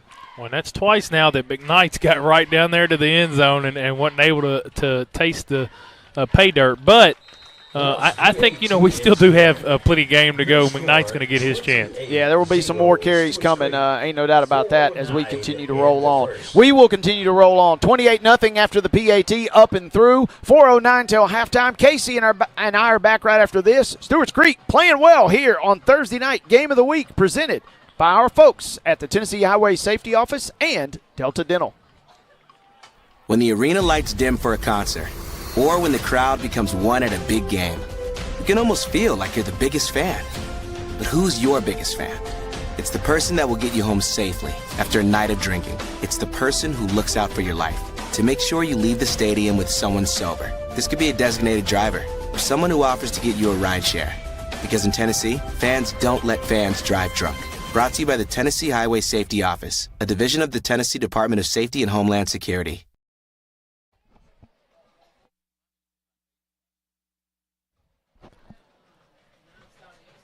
Coming up at halftime, Casey and I will break things down from what has been a very impressive performance for Stewarts Creek. They lead this game 28-0. 2 touchdowns in the first half to get us started from Jamarcus Brown. Quarterback Jerry Taylor goes in for 1, and then just now Sam Bello rumbles in. And Stewarts Creek, another impressive tackle on special teams there. As Hudson Turner, that's a sophomore Turner, 5'10", 156 pounds, just staying in his lane, making good things happen. And Stratford is really up against it. Yeah, it's already a 28-0 game, and I'm really thinking, if Stratford wants to stay in this game, they're going to need to go down here and score on this drive. Ain't no ifs, ands, or buts about it. 4:04 to play here in the second quarter. Drive beginning at their own 20. And dangerous play thrown in the backfield, a little swing pass, a little wide receiver screen, I suppose. And that was bobbled. Would have been a lateral. It is hauled in by Campbell, but he is immediately met and dropped. That play was blown up from the jump. Campbell had nowhere to go. Flying to the football there. Amari Bledsoe in on the stop. Well, and that was Xavion Edwards also in on the play, too. And he's back here playing safety, and he went down there and made that play in their backfield. Pocket breaking down. Wilson somehow gets a throwaway, and that is a big throw because even though it was incomplete, it was intended for Jordan Stem, and he didn't have much of a shot to make that grab. It was kind of a low throw under duress, but by getting it away, the defender was draped all over Stem, and we will at least have a penalty here.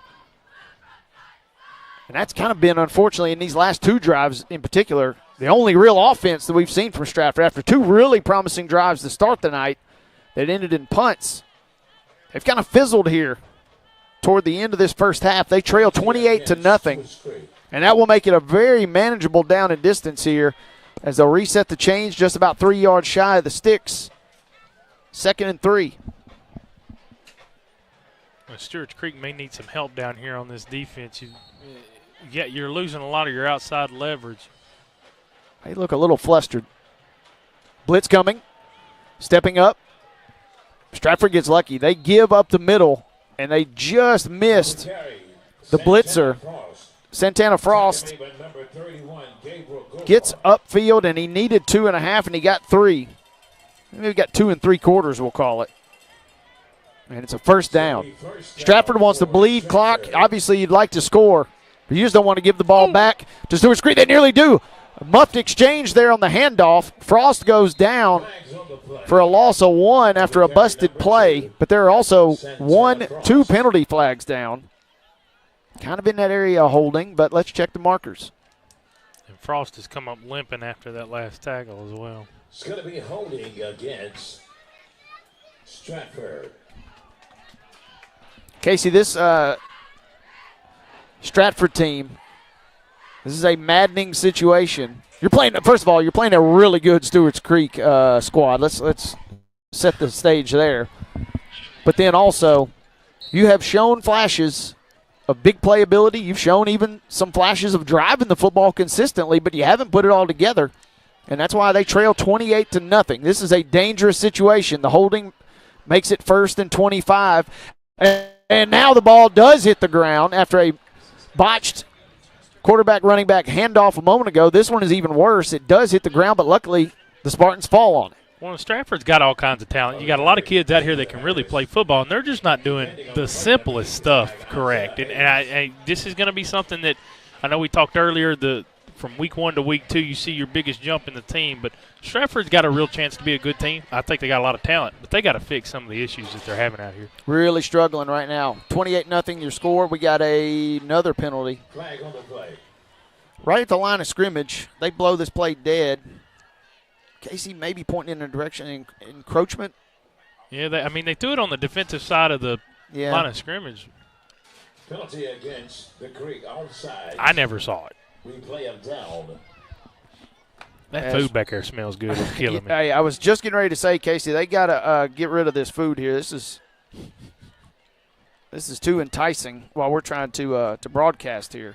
But fantastic service. We really expected nothing less from Stewarts Creek, but, man, they really rolled out the red carpet for us tonight. It is a gorgeous place to watch a game. Nearly intercepted. Rolling to his right. Wilson wishes he could have that one back. He's a lucky boy that one was not intercepted. Jumping right in front of the football as Xavion Edwards, 5'11", 170-pound junior. If he catches that, he's off to the races for a pick 6. Oh, yeah, nothing but green grass in front of him. But Anton Wilson, that's something that he's going to learn. He's a young kid, but He's going to figure it out. He is a junior, but he's going to figure that out as he gets a little bit older. You got to throw that ball as the receiver's coming out of his break. You can't wait for him to be open. You got to throw him open. This is a massive play. 3rd and 20. Stratford just needs to bleed clock here. They throw downfield. Caught! And that's plenty of first down yardage, and now blocked well downfield. Foot race at the 20, 15, 10, 5. End zone. I mentioned it a moment ago. The big play ability is there. And Nashawn Holbert, a 5'8", 160-pound wideout whose name we've not even called tonight, he settles down about 20 yards downfield, and Wilson throws a BB to him, and then he does the rest, racing from about the 40 into the end zone. Stratford is on the board, folks. 28-6 is your score with 1:45 to play here in the first half. Man, that was a heck of a play by the quarterback, Anton Wilson. But then Nashawn Holbert, he just catches the ball. I mean, all he did was sit down about 20 yards up the field, just sat down, made one guy miss, outran the rest of the defense. Shaky snap blocked. Extra point is blocked. Point after is no good. And, I was curious if Stratford, and we'll stay here through this timeout with 1:45 to go till halftime. I was curious if Stratford maybe just doesn't line up and go for 2. And if there are future scores, I don't want to go too far into my crystal ball, Casey, but I feel like we might have our answer right there. They have had snap issues and special team issues all night. Yeah, I don't believe. Honestly, here's the thing. I'm not going to tell Coach Law what to do or nothing, but if you're in this type of situation, other than obvious situations, I don't really think you send the kicker or punter out there for anything anymore, really. So you're going to have to claw and fight your way back into this game if that's what you think you want to do. If you're Stratford and you think you want to play in this football game, you're going to have to claw and fight back into it. Mm-hmm. And you can't allow yourself any more of these really bad snaps on these long punts and what else. So you may just have to get rid of that, take that out of the game plan. 2 ways to look at that, though. Number one, yes, if you want to go about it that way in terms of this game here tonight.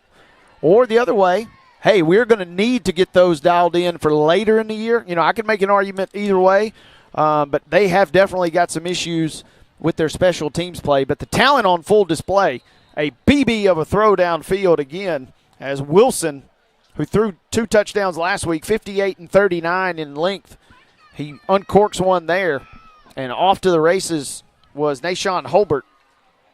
And I do want to point out, that was a massive play because also Stewarts Creek was going to get the football back with a couple of timeouts, chance to maybe make something happen before half. We could have been talking about, a running clock to begin the third quarter. The only bad part is Stratford does have to kick it away to begin the second half. And they lined up for what appeared to be an onside kick before a timeout has been called. Well, yeah, I'm not real sure what's going on, but Nashawn Holbert, I mean, that was a really nice play by him. But there's, man, you look over at that sideline, they've got 10, 11 guys that could make a play like that, and all they really, honest to God, what they have to work on is just getting those little things under where you can do it correctly, most of the time. But Anton Wilson was able to get away from the pressure right there. You got to work with your offensive line, maybe get him a little bit more time. But you see the talent, you see the potential. You just got to get a few of the things going so you don't step on your own feet. Also, Arrow Sports Media is here. Appreciate all of our folks here at Stewarts Creek taking care of us tonight. And Casey, we want everybody to tune in to Main Street Media, but you want to talk about a top-notch production. Their student media setup here. You and I are tech nerds. We could have a field day playing with some of this equipment here. They have an outstanding setup. You can check all their stuff out online on socials, on YouTube, etc. Download the Stewarts Creek app we heard earlier. I mean, they really got it going on. It just also so happens to be that their football team's pretty good. They're up 28-6 as that kickoff sails into the end zone. Thought we might get an onside attempt there, and instead Stratford boots it deep. Yeah, well, and I'm kind of interested this drive see what Jerry Taylor does with this offense. I mean, they might be able to run it and get down the field, but I think they're going to have to put the ball in the air a little bit here, so might see a little bit more creativity out of this Red Hawks offense. When we saw a similar situation last week, Casey, with Beach, and Green Hill. It's still so early in the season, and it is a long season, obviously. Yeah, you want to get caught up and you want to win this game tonight. You'll never admit this, I don't think, if you're Coach Caudill, but maybe, a chance to have a coachable moment right there with your defense and a chance, depending on how you call this drive, for a little 2-minute action as Taylor is going to pump fake. Oh, no. And that is intercepted. Oh, my. A real mistake. A real mistake from Taylor as the receiver kind of had stopped. Taylor thought he was going to float and continue running the route, and that just landed right in the hands, I believe, of Matthew Brown, the DB. That is the easiest interception you will ever see. Brown just camped out between the hashes at the 35, and he had to wait about 2 seconds for the ball to come to him. There's a very late penalty that came in. And if that's against Stratford, that's going to be a killer, but it's against Stewarts Creek. Oh, man. Tough break. Spartans trying to claw and fight back into this game, ain't they? Against Stewarts Creek, it's going to be a 15-yard penalty. I did not see what happened, but number 70, let's see, Isaiah Thomas for Stratford, he was involved with a few players from Stewarts Creek after the game, or after the play, and I'm not real sure what happened, but the referee saw it. So now we don't all the way have a game again, but we're pretty close. We're on the edge of getting back into a brand-new game here. Stratford's got the ball at the Whites Creek 15-yard line, driving right to left. And Wilson out of the pistol, kind of a little option look there, or zone read, I guess, if you will. He calls his own number, and he picks up a couple. Well, and really what this does, if you're Stratford, if you can get in the end zone here, I mean, you really start to believe you can win this game. And I think there for a few plays or maybe a few minutes, I don't know if they felt that way. And Stewarts Creek has kind of give them that opportunity to feel like they can get back in this game. It was 3rd and 20 a moment ago, trailing 28-0, and giving the ball back to Stewarts Creek. But instead they score, and now they have the ball again. And Wilson going deep, end zone, caught, falling down. Kind of seated and waiting for the ball to arrive as Nashawn Holbert. We've only called his name twice tonight, and both times we've mentioned him, it's been for touchdowns. Holbert, a little bit of a flag route there in the left corner of the end zone. And he kind of just sits down. The end zone spells out Stewarts Creek. He sits in the S over there in the far left corner, hauls in the touchdown. And it's 28-12, 50 seconds to go till halftime. Well, and I think they were going to go for 2, but they took a timeout to get lined up. But they had another guy that was kind of short of the end zone there. I didn't get a number. I'm not sure who it was, but the Stewarts Creek defense paid just a little bit too much attention to him, which you have to. You got to guard your guy. But it opened that hole in the back just a little bit. And like you said, Nashawn Holbert, we've only mentioned him twice, but he knows when to be mentioned. Big-time players, big-time plays, something along those lines. He has played very well tonight. And, yeah, and if you're Stratford, this is a big 2-point conversion. You can kind of get back on schedule, so to speak. And even though you have played really poorly at times, we've talked on a number of occasions, the promise for Stratford has been there all night, and we've seen the promise pay off. Using an interception to give themselves a short field, and they cash in on a passing touchdown. 2 TDs tonight for Wilson, your QB. They send a man in motion. 2-point attempt upcoming. Wilson on a designed keeper. He needs a surge, needs a block. Did he get it? No! Man, he was about a nose of the football away. And before he could square level and extend that football into the 2-point attempt there, he was denied at the goal line. That is a massive stand right there. It may seem insignificant, but depending on how this game plays out, that is a big play. 28-12 remains the score, 40 ticks until halftime. Well, and if you get that 2-point play there, then if you get another 2-point play and then another touchdown, you could potentially take the lead. So now, and you just kind of alluded to it there, but now if Stratford was able to score 2 touchdowns, they'd be able to score two 2-point conversions, and they would just be tied. So Every little point means a little bit here, and it makes you think about the bad snaps. You go back to the blocked field goal, blocked extra point, and all this other stuff. It's the stuff we bring up. It is important. The small stuff, you got to do it right. Stratford lined up for an onside kick after their last touchdown and then called a timeout, booted it deep. This time they line up and just boot it deep. That's a good-looking kick into the end zone. That's Jack Masterson. And Masterson, you see that, Casey, over there on the sideline? He's getting ready to jump and celebrate with his coach, and both of them kind of collided. Not one for the highlight reel in terms of celebrations, but it was a good kick for Masterson. Again, 5'10", 160 pounds. That's a freshman kicker. Kickers, man, they're always fun. And special team coach, he probably was a kicker back in the day too. So he's just happy to be jumping around. He knows his guy had an excellent kick right there, so he's happy for him. Let's see what happens here. Now all of a sudden, Stewarts Creek's thinking, hey, let's just get to halftime. But Taylor on a little bit of a bootleg here.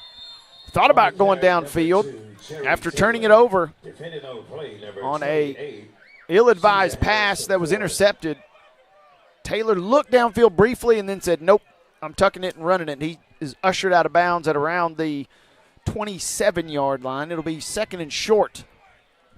Stewarts Creek don't know much about their kicking game. You maybe could think about wiggling into field goal range, but you might also, again, just want to get to halftime after the 14 or 12 unanswered points. But there you go back to that wheel route, and it's open again. Hauled in down the left sideline. Hauled in on a hop by Jaden Stewart. Second time tonight we've seen Stewart slip loose on the wheel, and now you're not thinking field goal. You are in touchdown territory here. Pushed out of bounds at the Stratford 27, and that's a disaster for the Spartans. Yeah, well, I really like the way Jerry Taylor plays quarterback. He's been very poised, very under control. He's been pretty accurate for the most part. He did miss a few of those corner throws, but that one was on the money. And I know he had the one interception that was really bad, but other than that, he's looked very, very comfortable in the pocket. And it's easy to say after these two plays, but I like what I've seen from Coach Calder. He said, we want to restore that momentum we have. We're not just going to take it to halftime. Taylor, though, having to improvise. Looking downfield, his first route there was for Dallas Johnson. And after he was covered up, he just throws it out of bounds. And there is a penalty marker. Let's check and see who that's on. I don't know that we'll get to call his name a ton tonight, but how about big number 77? Little lineman and lineman love there, 77 for Stratford. That's big Mabry Badger, 5'9", 290. I believe 5'9", 290. And he's taller than 5'9". Whoever did the roster, his shoulder pads got hung up a little bit there, and he was getting a little love from Josiah Hall, one of the standout linemen helping linemen right there, as it were. Somebody's pranking him on the roster. He's at least 5'10".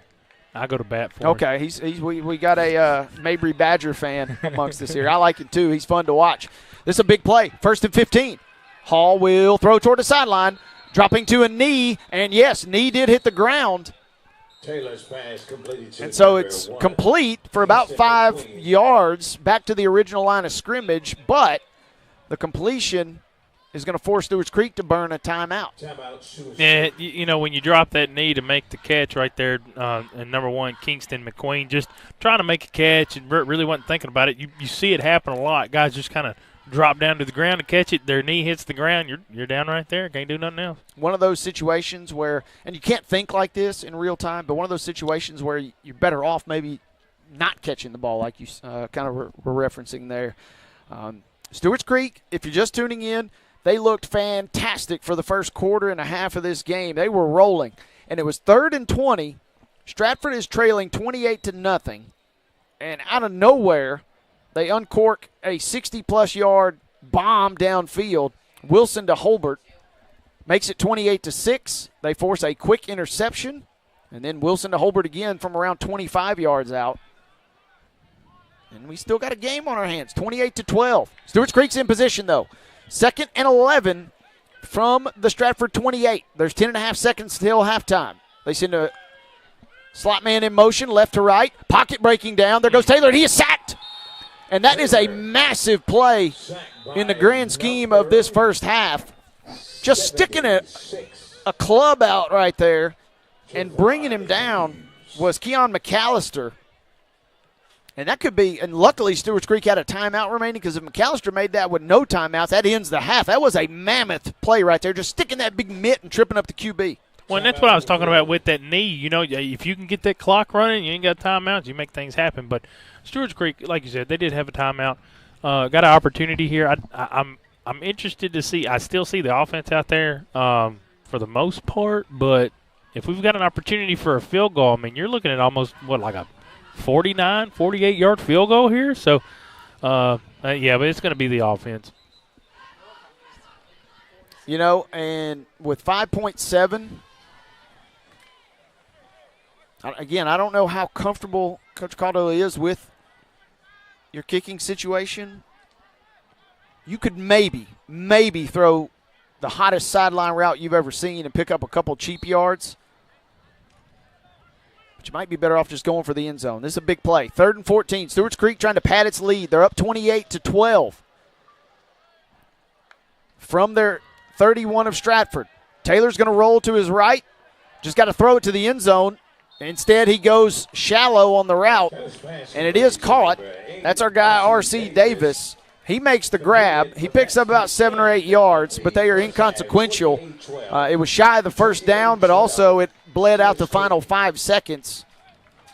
And that's one where if you're Taylor, hard to think about it in that moment. You just got to kind of throw it toward the end zone, just see what happens.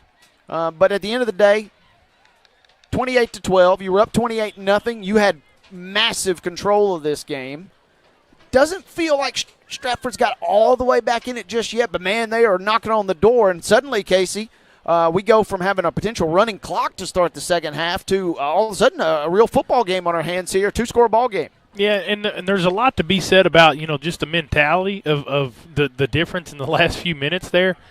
Stewarts Creek they had all the momentum. They had everything going their way, 28-0. And then, honestly, and that's kind of what I was talking about earlier, it makes me think Stratford maybe thought, let's just get this game over with. We don't really have nothing for these guys, whatever. But then Nashawn Holbert makes a heck of a play. Anton Wilson catches him for that long pass. They get the turnover. They're able to find the end zone again. So if Stratford comes out in this second half and they believe they can win the football game, that's really what those last few minutes did for those guys, and that's going to be the main difference. And we haven't really seen that twinkle in Stratford's eye since maybe the second drive of the game. And, again, they had some real promise on their first 2 drives. As Casey pointed out, getting across the 50. Don't see this very often. They got beyond midfield, but by the time the drive ended, Stewarts Creek had the ball in their territory. 2 bad punt situations, but they had some punch in their offense, and then kind of things fizzled. And we saw Stewarts Creek with a devastating ground and pound offense in the opening stages of the first half. They open up a 28-0 lead, but in the blink of an eye, it's 28-12. And as we hit the break here on Main Street Prep's Game of the Week coverage, we suddenly got a new game on our hands. It's going to be an interesting second half coming your way in just a matter of moments. Casey and I are going to kick it out to an extended timeout. When we come back, we will break down more of what we saw in the first half. We'll swing it around the mid-state with some scores of interest. We might even dip our toes into the water of week 1 of college football. Got a slew of games to update you guys on when we come back. So stick around, folks. 28-12 is your score. The host, Stewarts Creek Red Hawks, are leading Stratford Spartans trailing 28-12 when we come back after this on Main Street Prep's Game of the Week coverage here in Rutherford County. At Delta Dental of Tennessee, we know our success begins and ends with providing superior quality service, and that includes serving those who need it most. This year, we're celebrating 25 years of giving back to the community we call home. Delta Dental, along with our Smile 180 Foundation, supports Tennessee's dental colleges and oral health education, children's hospitals, free and reduced cost dental clinics, and other like-minded charities. Here's to the next 25-plus years of ensuring healthy smiles.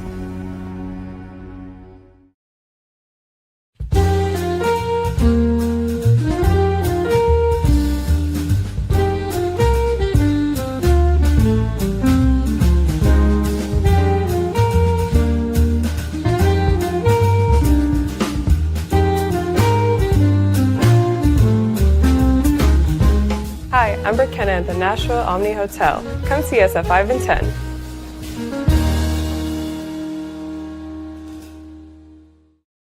They walk among us, but at 240 miles per hour, they become something more. They're thrill seekers, risk takers, and maybe just a little bit unhinged.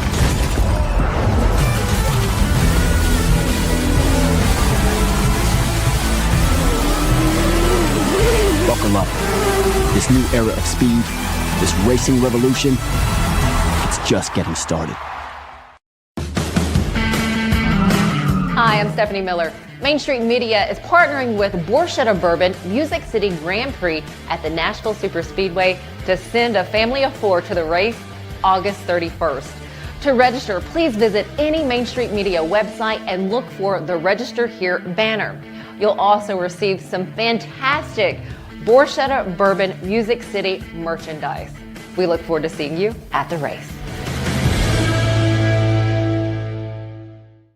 When the arena lights dim for a concert, or when the crowd becomes one at a big game, you can almost feel like you're the biggest fan.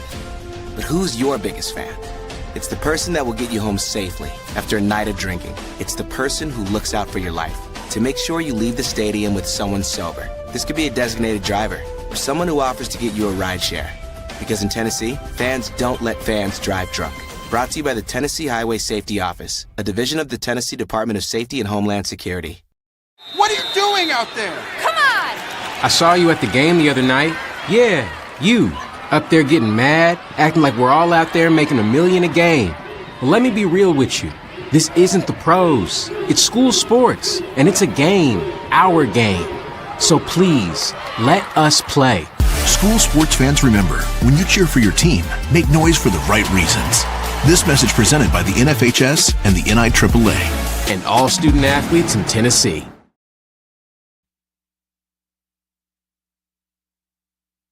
When the arena lights dim for a concert, or when the crowd becomes one at a big game, you can almost feel like you're the biggest fan.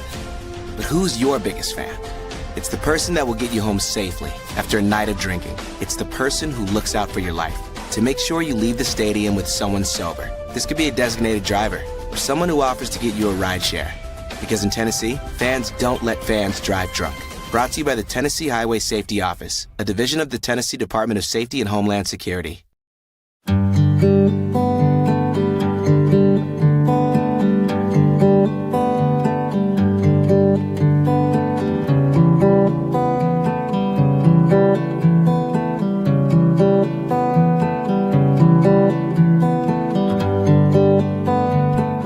Hi, I'm Bella, your local barista at Bongo Java. Come see us at the Omni Nashville.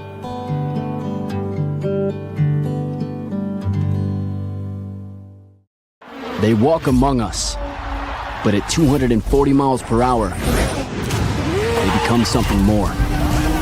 They're thrill seekers, risk takers, and maybe just a little bit unhinged.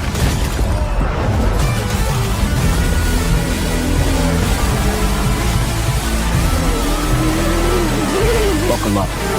This new era of speed, this racing revolution, it's just getting started. Hi, I'm Stephanie Miller.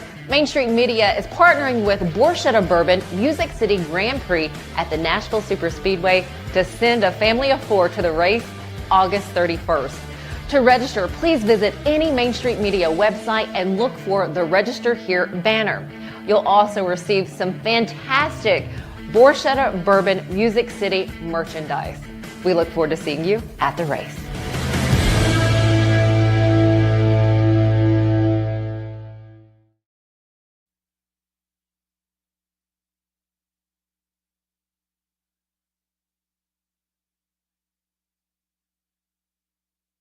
For 3.5 years, she plans for a career in veterinary science. Alejandra Carrillo. Welcome back, folks, and welcome in halftime coverage here on the Main Street Preps Game of the Week. We are on the campus of Stewarts Creek in Rutherford County.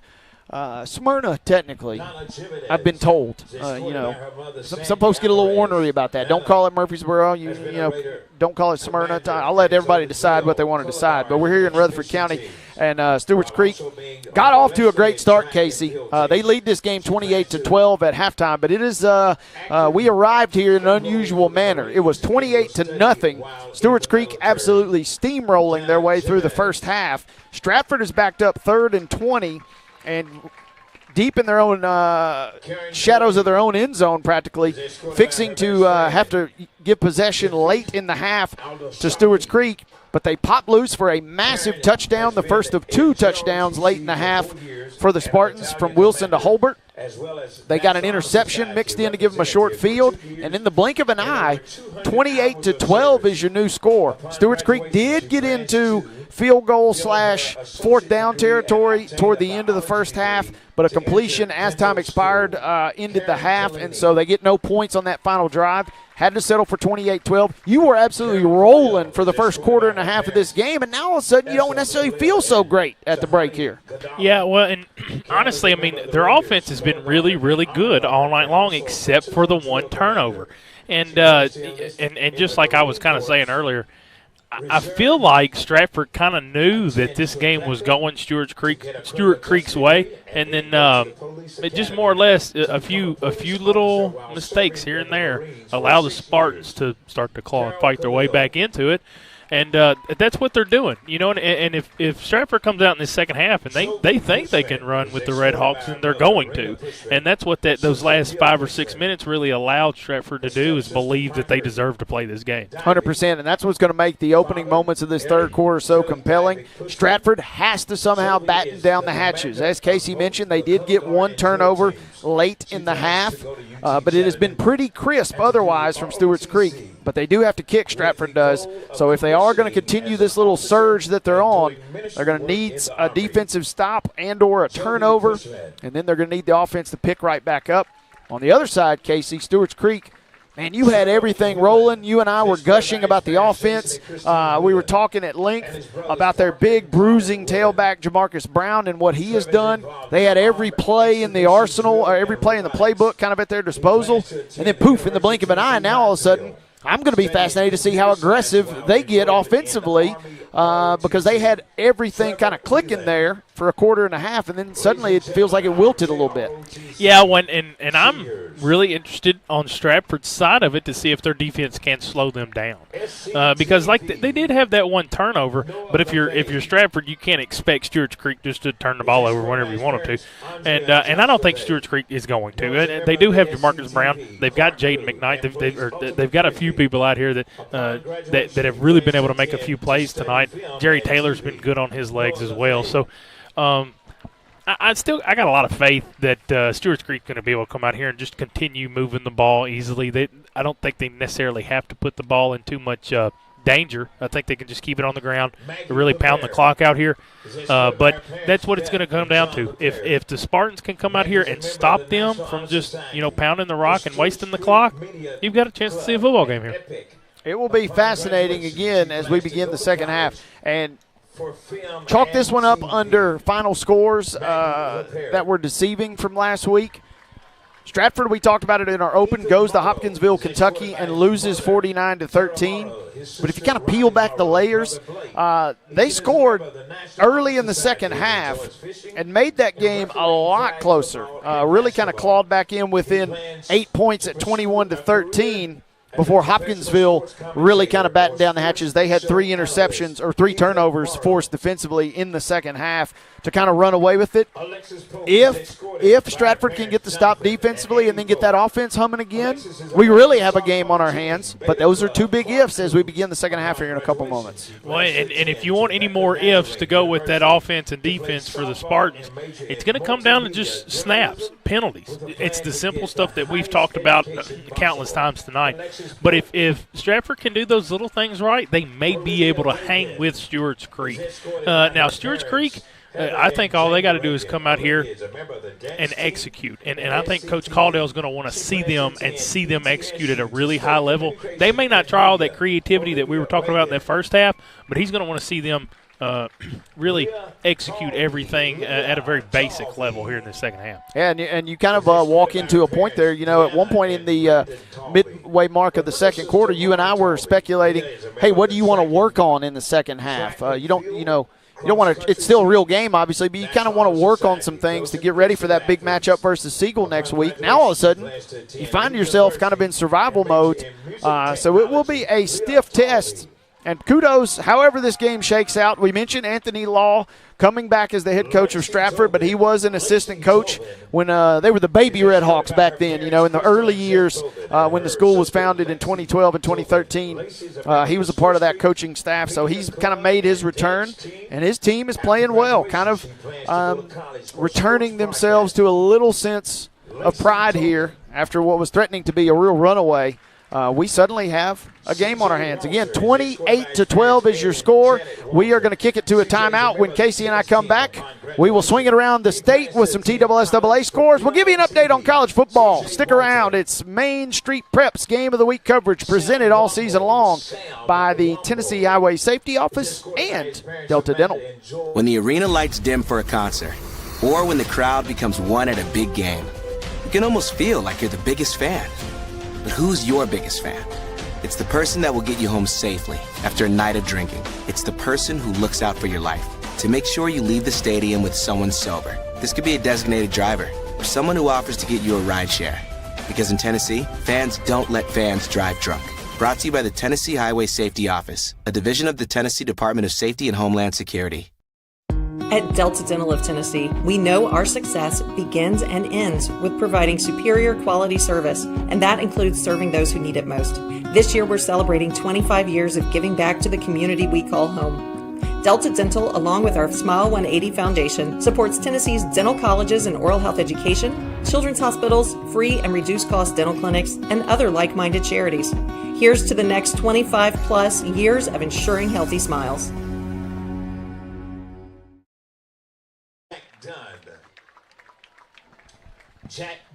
Senior night being celebrated here at Stewarts Creek. The vast majority of, by the way, the longest senior night festivity I think I've ever seen in my entire life took place before the game. That was the players, that was the cheerleaders, the band members. Now we're getting into, we told you guys they've got an A-plus media crew here, and a lot of the student media members are getting recognized here. A couple of them even wearing some throwback Titans jerseys out there. I think I see a little CJ2K, a little Vince Young. Everybody putting on here. There is a Drew Bennett jersey down here. Baby, yeah, I see that now. I'm going to go give that guy a high five when we're done. I'm snapping a pic here. I don't even know if he knows who Drew Bennett is. Like that's actually fantastic. Now, and that was one thing I was looking at earlier. I thought it was 90s hip-hop night because a lot of the kids had the low shorts too, which, don't get me wrong, I love the 90s. Give it back to me, But you see a young man coming off the field now. He has one of those old Tennessee jerseys. I believe it is a CJ2K. He's got a big chain on with a money symbol on it. And he's got the long shorts, long and one shorts. It looks like 1999 all over again. I love it, folks, and we've had a great game. Everything about our trip to Stewarts Creek has been phenomenal tonight. Green Hill set the bar very high last Thursday. Stewarts Creek is threatening to top it, top to bottom here tonight. They have really taken care of us. They got an A-plus production. Their team leads at 28-12 here at the break. I promised you guys some scores, so scores we shall give you. These are TSSAA games. Some of these are final over in East Tennessee. Gatlinburg-Pittman with a 23-12 win over Cock County. Also final tonight, North Green running away over West Green 34-0. Unicoi County winning a squeaker, 29-27 over Northview Academy, and it was Seymour defeating Pigeon Forge, 17-8. Big showdown over in East Tennessee, Casey, as Knox Catholic leads Anderson County, 21-7. That game is at Anderson County. Bring your earplugs, folks, for the fireworks that they shoot off there. Game in the mid-state now that we want to update you guys on. At halftime, Blackman leading Cane Ridge, 14-6 is your score there, and our good friend and colleague Maurice Patton, props to you. I don't know that he gets hazard pay, but he should be entitled to it. He's down covering Mount Pleasant, who is hosting Zion Christian tonight. At the half, Mount Pleasant 49, Zion Christian nothing. Tough sledding there. One other quick game we want to mention being played. I was told by sources. I don't have many sources, but I got a few sources. I was told being played on the campus of MTSU tonight. Providence Christian, in a battle of 1-0 teams, is taking on Camden County, and Providence Christian leads that game 21-7 at the break. So we got a number of different good ball games. We got a healthy Thursday night slate here tonight for week 2, Casey. When I tell you another good game, not in our coverage area, but that Jackson Southside team, that's always a really good team to watch. They're good every year at football, but a lot of good football tonight. It's just Thursday night, but we're blessed to be out here. I'm really glad we're not at the 49-0 game, but there's plenty of games we could have went to tonight that it would have been a lot of fun at. But I'm glad we're here. They've been great here for us tonight. The one thing I do have a problem with, I've had to smell that lemon pepper garlic behind me all night long, and I'm just fat enough for it to bother me. Todd Harris is our fearless leader and our press box coordinator. He's kind of done everything for us here tonight. He's the A-plus administrator. He didn't say a single word about salad, breadsticks, wings, all kind of stuff. And Casey and I, we kind of catch each other just looking over our shoulders here, reaching for something during the game over the course of the first half. It was a very entertaining first half here. We just gave you some TSSAA scores. I'm going to do my best to bring you guys up to speed on a couple college football games that are underway tonight, and then we'll dip our toes into some more in a moment. At the end of the third quarter, NC State is leading East Carolina. That game is 24-7. Delaware, yes, I said Delaware. They are a proud member of FBS football now. They'll be in Murfreesboro later this year taking on the Blue Raiders. They lead Delaware State. I don't know what that rivalry is called, but I guarantee it's a cool nickname. 28-10 is that score in the fourth quarter there. Akron and Wyoming. Not exactly the game that I had on my bingo card in calling out the score tonight, but here we are. Wyoming leads that game 3-0, a nail-biter at the end of the third quarter. Our good friend and colleague down in Pulaski, Bart Mize, is a devoted Missouri Tigers fan, and he is all smiles right now because Missouri leads Central Arkansas 33-0. Casey, I know you picked Elon to beat Duke tonight. And that's a wild pick, but it almost is paying off. Duke leads Elon, but only 17-10 midway through the third quarter. So he's levitating over here, getting all excited. Oklahoma State, a little bit of a scrap. Not necessarily predicted to do super well. Not necessarily predicted to do major things in the Big 12, but they are an FBS team. They're taking on the Skyhawks of UT Martin, who have been in the news more so for their head coach and who his son is, the starting quarterback at Alabama. But the Skyhawks with a little fight to him tonight. It's 17-7 early in the third quarter there. More scores. Minnesota leading Buffalo late in the second quarter. 7-3 is your tally there. UAB locked in a Alabama brouhaha. The Blazers are leading Alabama State, but only barely. 17-14 is your tally there. Nebraska and Cincinnati are playing, and they're midway through the first. That game has no score at the moment with 5:22 left until the end of the first quarter. I'm losing my train of thought because Casey's eyes are popping out of his skull here, and mine are too. I didn't get to watch a single second of this game. It kicked off at 4:30, but how about South Florida stunning the Ashton Genty-less Boise State Broncos? They were ranked 25 in the nation, my friend, and Casey, South Florida put a whooping on them tonight. 34-7 was your final. Oh, I love that. Alex Golesh, I talked about him on my show, the college football show I've got. I love Alex Golesh. I love what they're doing down there in South Florida. Good for them taking down Boise State. Final score, it was a nail-biter for Rutgers, the State University of New Jersey, but they do win 34-31 over the Bobcats of Ohio University. Other games, obviously, that will be on your docket. We got a couple decent ones on the slate tomorrow. Two unranked teams, but two teams don't be surprised if they are ranked as the season goes along. Talking about Auburn and Baylor.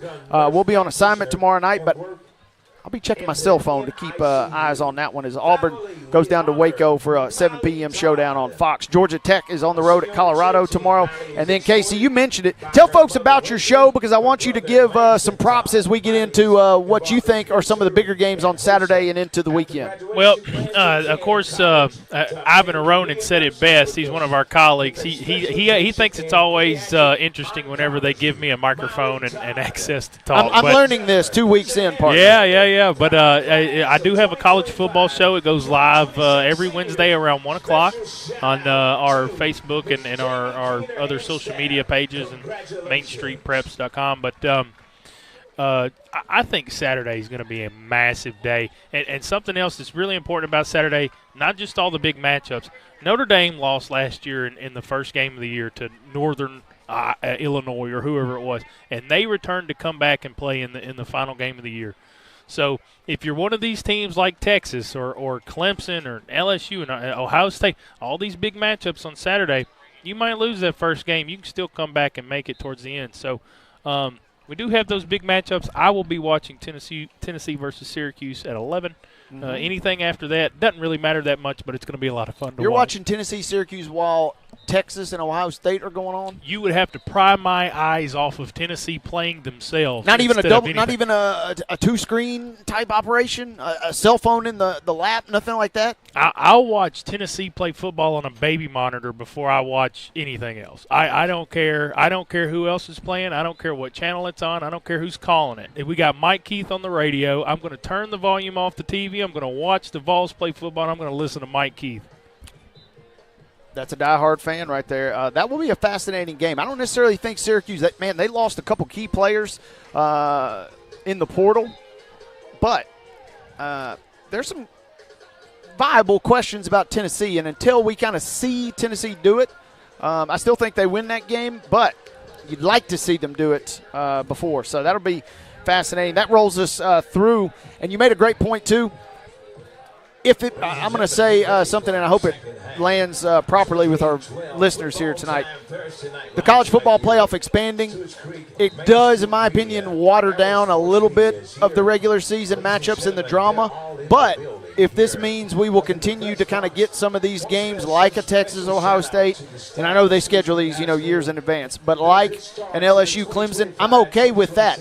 If you're going to water it down a little bit, at least give me a little extra juice early in the season to kind of get me hyped up. Yeah, if you're going to water it down, concentrate it up a little bit. Yeah, just kind of even out what we've got going on, and I agree wholeheartedly.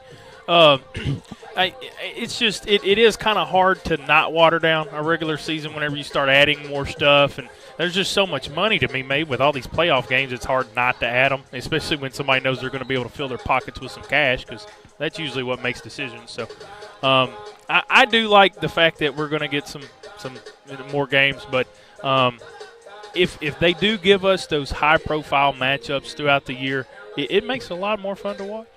No doubt about that. It is going to be a fun weekend of college football. Make sure you check Casey out next week. You said Wednesdays? Yes, kickoff with Casey's comes. It's going to go live every Wednesday at 1. We did the first episode last Wednesday, but, of course, it's all previews. It's just talking about what's coming.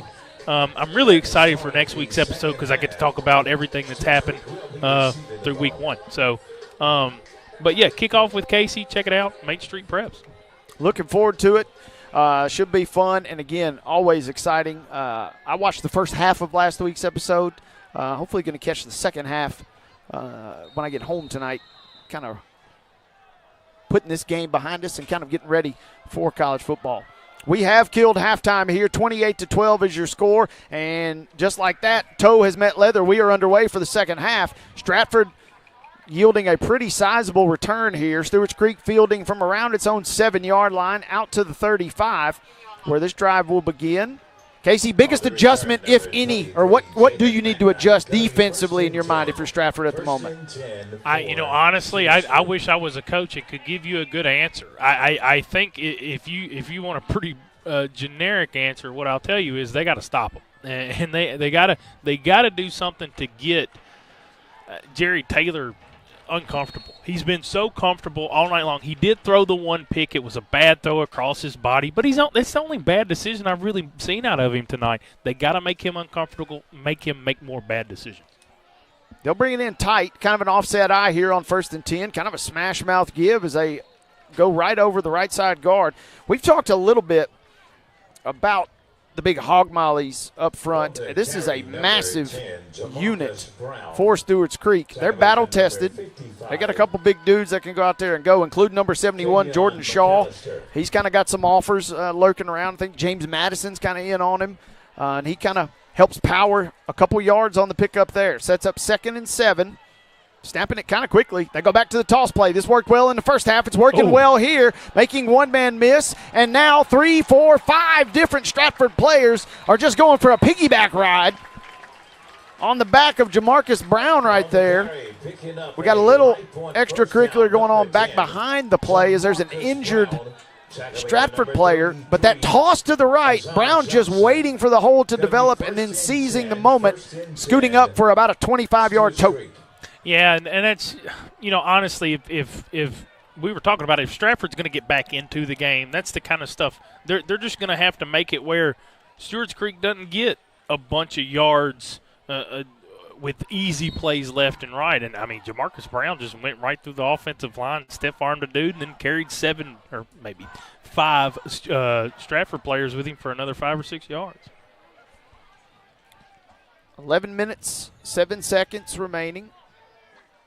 Stratford, not the deepest team you've ever seen. So they can't afford a ton of injuries, really, at any position, let alone some playmakers. But finally, as we reset, 1st and 10, an instant first down. But the ball pops loose, and it's still loose. As many as 2, now 3 players have had a crack at it, and finally Stratford has fallen on it. You want to talk about a helmet flying and just hitting the football at the perfect angle. Busting loose, Jaden McKnight on the left. He had 10 yards needed for the first down in the blink of an eye, and then also in the blink of an eye, the ball hits the turf, and Stratford recovers their 2nd turnover forced this evening. Well, and I'm not exactly sure if I'm right on this, but I believe it was Joshua Campbell that come off this bottom side of the line. Jaden McKnight did a good job of finding some open space, but when he made a move to find some more space, that gave Campbell enough time to catch up to him, and he did. He put the crown of that helmet right on the back end of that football, coming in from behind McKnight. McKnight didn't see him. Ball got loose. And again, I talked about this before. The Spartans, if they believe they can win this football game, it gives them a better chance to do so. And with stuff like that, you get a turnover on the first drive of the second half, you start to believe you can win this football game. And we saw this, no disrespect whatsoever to Beach, but we saw at various points in the second half last week, they said, you know what, we're kind of punting on winning this game tonight. We're just going to go ahead and start working on things for the rest of the season. Stratford doesn't look interested in that. They forced the turnover. 2 out of the last 3 drives. Stewarts Creek have been flawless on offense on their first 4 drives, and now 2 of their last 3 have ended with turnovers. Stratford takes over at their own 26. They send a man in motion, a little orbit toward the right, and they fire downfield. And that pass is caught, hauled in by guess who? Jackson Law. Kind of a quiet night for Law, who really flourished in the first 2 drives tonight, but has been quiet ever since. But he picks up 12 yards for the first down. Well, and on the turnover as well, there was an injury for Stewarts Creek, and it was Sam Bello, the backup running back or up back. No, don't run backwards. Quickly on the give. This play will come back. Looks like a hold. Running hard at Santana Frost. Flag on the play. Stratford has had some really good running back play over the years. 2019, they had the 3A Mr. Football, Big James Moore. He was a much different back than the little speedster we're seeing, the sophomore Frost. Moore would just bowl you over and then run, throw a little juke move on you just when you thought you were done getting pounded. Frost has got the speed, and he had the angle there for the first down, but it's coming back on another penalty. They've killed themselves tonight with their own miscues. That's been the one thing holding them back. This game could be tied if it wasn't for that.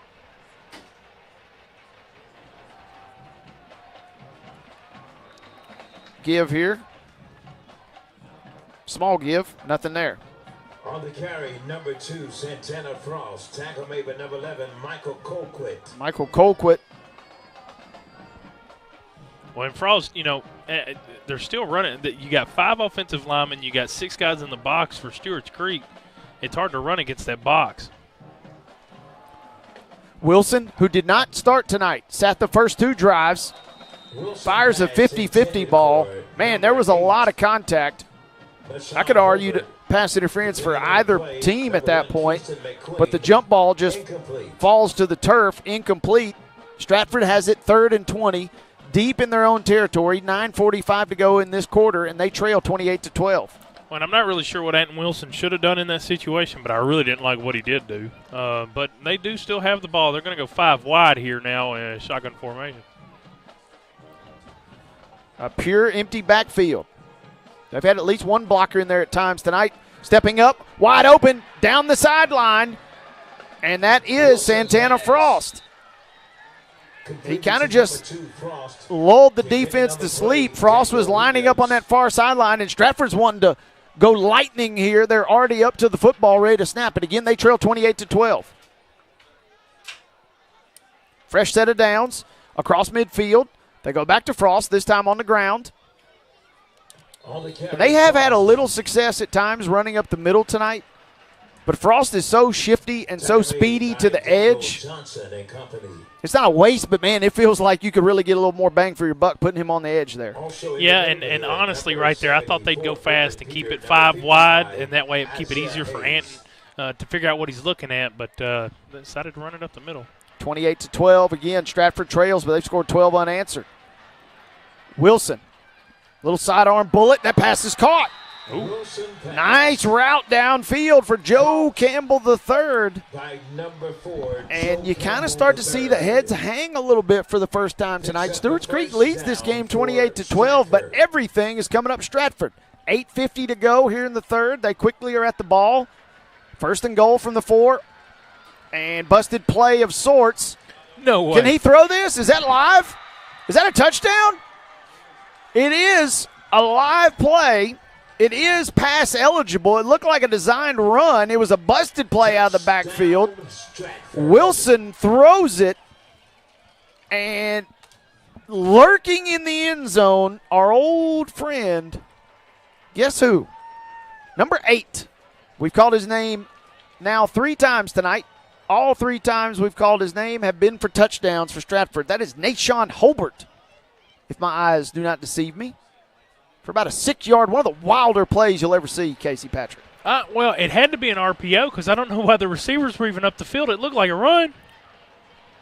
And 2-point conversion quickly to the ball, quickly fails. 28-18 is your new score. 8:42 left in the third. Casey, I'll say this, though. That RPO, obviously that was, otherwise we'd have saw a penalty flag. That was so beautifully ran that they got the old fake out the announcer. You know, I wish we could dub this to video because they fooled me entirely. I thought that was a busted play. I thought that was multiple flags coming for ineligible men downfield, but instead Holbert keeps the play alive, as does his quarterback Wilson. And they hadn't converted a point after attempt 1 or 2 just yet. But Stratford is back in this game. They trail 28-10 with 8:42 to go. Well, and in the third, excuse me. No, you're good. But I'm glad you brought that up, too, because I thought there was going to be a flag. As soon as he threw the ball, I was like, oh, there's got to be a legal man downfield. But I didn't see an offensive lineman down the field. And you know, you said something else, too, about you see some heads hanging. Is this Stewarts Creek crowd maybe not necessarily happy with the last, 10 to 15 minutes of playtime? This has been a wild game. And again, if Stratford could have converted any of their 3 point after attempts, the first one was blocked, a traditional kick. They ran 2 2-point attempts, both unsuccessful. They pooch kick here.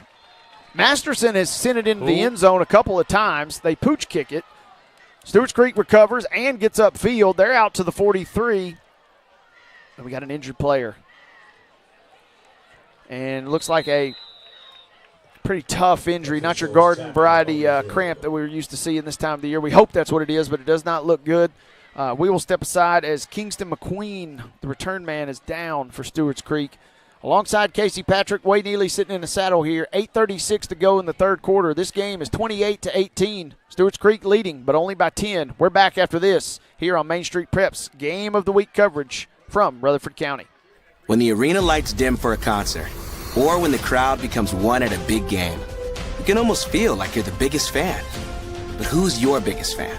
It's the person that will get you home safely after a night of drinking. It's the person who looks out for your life to make sure you leave the stadium with someone sober. This could be a designated driver or someone who offers to get you a ride share. Because in Tennessee, fans don't let fans drive drunk. Brought to you by the Tennessee Highway Safety Office, a division of the Tennessee Department of Safety and Homeland Security. At Delta Dental of Tennessee, we know our success begins and ends with providing superior quality service, and that includes serving those who need it most. This year, we're celebrating 25 years of giving back to the community we call home. Delta Dental, along with our Smile 180 Foundation, supports Tennessee's dental colleges and oral health education, children's hospitals, free and reduced cost dental clinics, and other like-minded charities. Here's to the next 25 plus years of ensuring healthy smiles.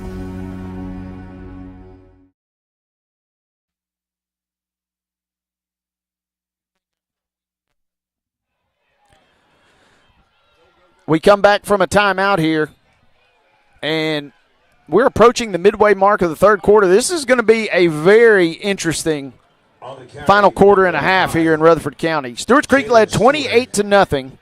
It's now 28-18. Stratford has battled back in, but Stewarts Creek offense finally churning out some yards. They're right at the 50-yard line, 2nd and 4. And on the right side of hash, they turn, they give. And, man, that is blocked well. That is ran well, and the motor is revving. Say them two beautiful words for me, Casey Patrick. That's a touchdown. Jamarcus Brown. I was looking for he gone from last week. I'm so sorry. I didn't know I was throwing the lob to you. I know, there. and I missed. That's okay. We're early in the season here. Jamarcus Brown, it was blocked so well, and then he was looking for someone to hit, but nobody stepped up to take the challenge, and a massive offensive response. After turning it over twice in their last 3 possessions, Stewarts Creek finally gets back on the scoreboard here. 34-18, and we got a PAT pending. And that kick is up, and that kick is good. And how about that, Casey? We talked about how diverse their playbook kind of was in the first half when they were really clicking. When the chips are down, why not, right? Just turn it and hand it in the gut of big Jamarcus Brown. And I'm telling you, folks, he was 15 yards downfield looking for someone to hit, and there was just nobody to be had. So he said, you know what? All right, I'll scoot off to the races. He runs the final 30 yards untouched. What a run, what a drive, what a response there. Massive stuff from Stewarts Creek. Yeah, I think Brown was just kind of jogging through the line there. He was more or less looking for somebody to stiff arm into the dirt, but once he saw nothing but green grass in front of him, he decided he would run towards the red end zone. So as Casey just mentioned, I alluded to it a moment ago as well, the heads were starting to hang just a little bit for Stewarts Creek in the blink of an eye. This has been a game of quick turns. Stewarts Creek was dominating. And then Stratford, 3rd and 20 in their own half of the field. Looks like we're a running clock. Boom, they strike for a long touchdown. They add another. They put on a third. It was 28-18. You're thinking game on, but now Stewarts Creek has come rallying back. Can Stratford come up with a response? Their offense has suddenly started to look great. That was the best drive we've seen sustained offensively all night long a moment ago.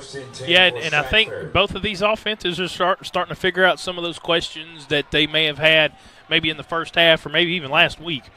But really, you know, it is maybe, you know, last week I was asking for that shootout between Green Hill and Beach, and we might get that here in the second half. But I am interested to see if the Stewarts Creek defense can kind of shore things up here.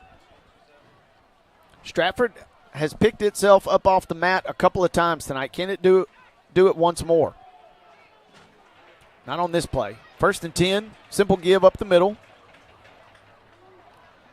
And however, we mentioned it even when the game was 28-0. However this game plays out, Stratford, you're going to have to choke the life out of them if you want to win the game first and foremost. But number 2, they are going to give some teams some real fits at some point this season, I have a feeling. Yeah, and they're running the ball just to keep the defense honest, but they've had a lot of trouble running it. They're going to have to get back in with throwing it. There's a little RPO.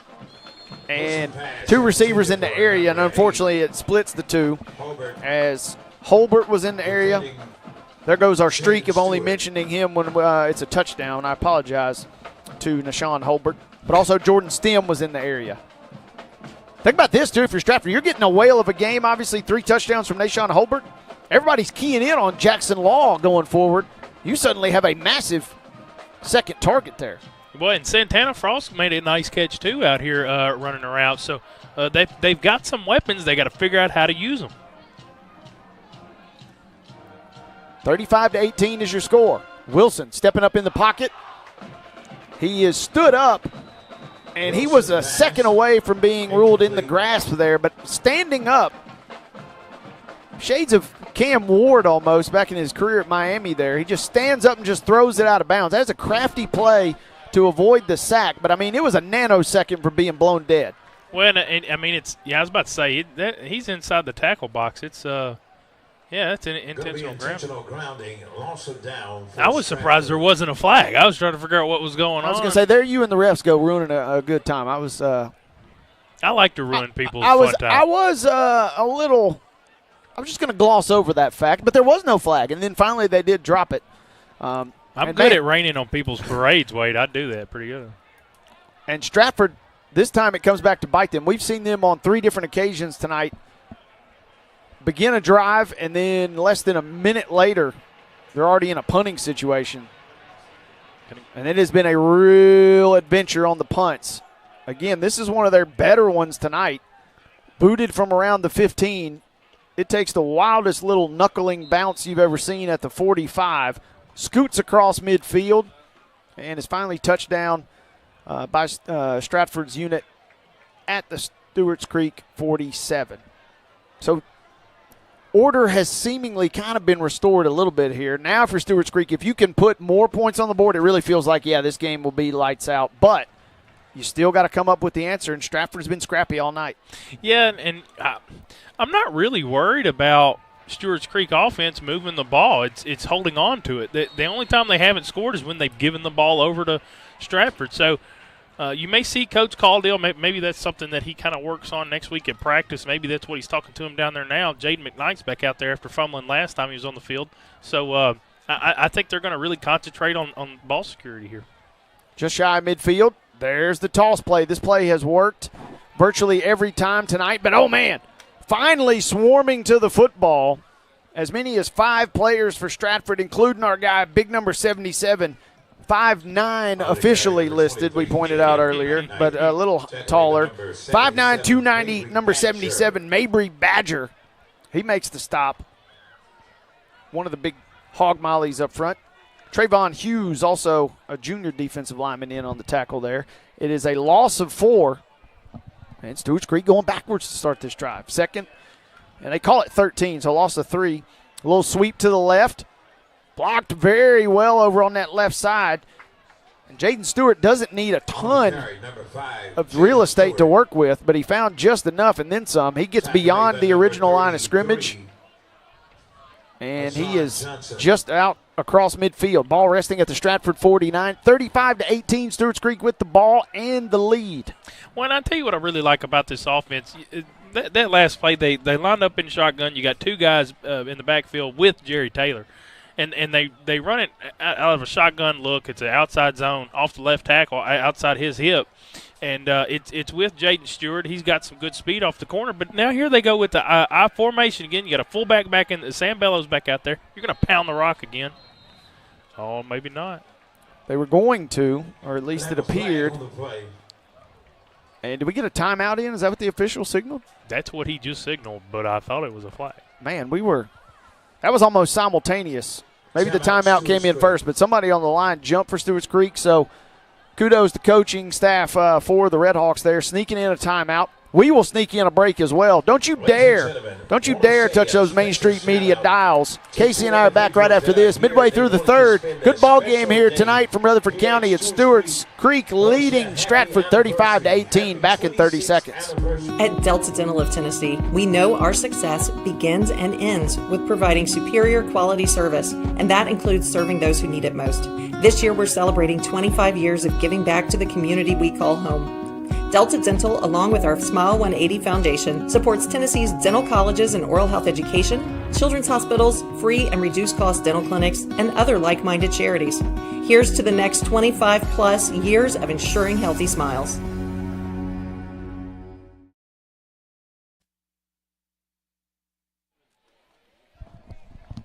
Back with you guys here on Main Street Prep's Game of the Week coverage. MainStreetMediaRadio.com. You can also check us on the MSM TV app, Facebook, X, YouTube, you name it, we got it. Worldwide here tonight, 35-18 out of a timeout. This is a huge third down. Can Stratford's defense get off the field? Maybe. They string this play out, and Taylor finally ran out of room. He was rolling to his right. And on the far side of the field, he had the acreage to maybe pull off the first down, but Stratford brings him down. That was a great tackle, tripping him up. Keon McAllister, who had that one-handed grab toward the end of the first half, he makes a similar tackle there. And it's decision time for Coach Caudill and his coaching staff here. And that turns out there is no decision. They leave the offense right out there. 4th and 4. 4th down for Stewarts Creek. Or is this a hard count situation? Play clock's already down to 7. No, they snap it. Toss play to the right, the short side of the field. And Stratford has the play bottled up. And you always wonder this. No flags, no flags, no flags. There are no flags.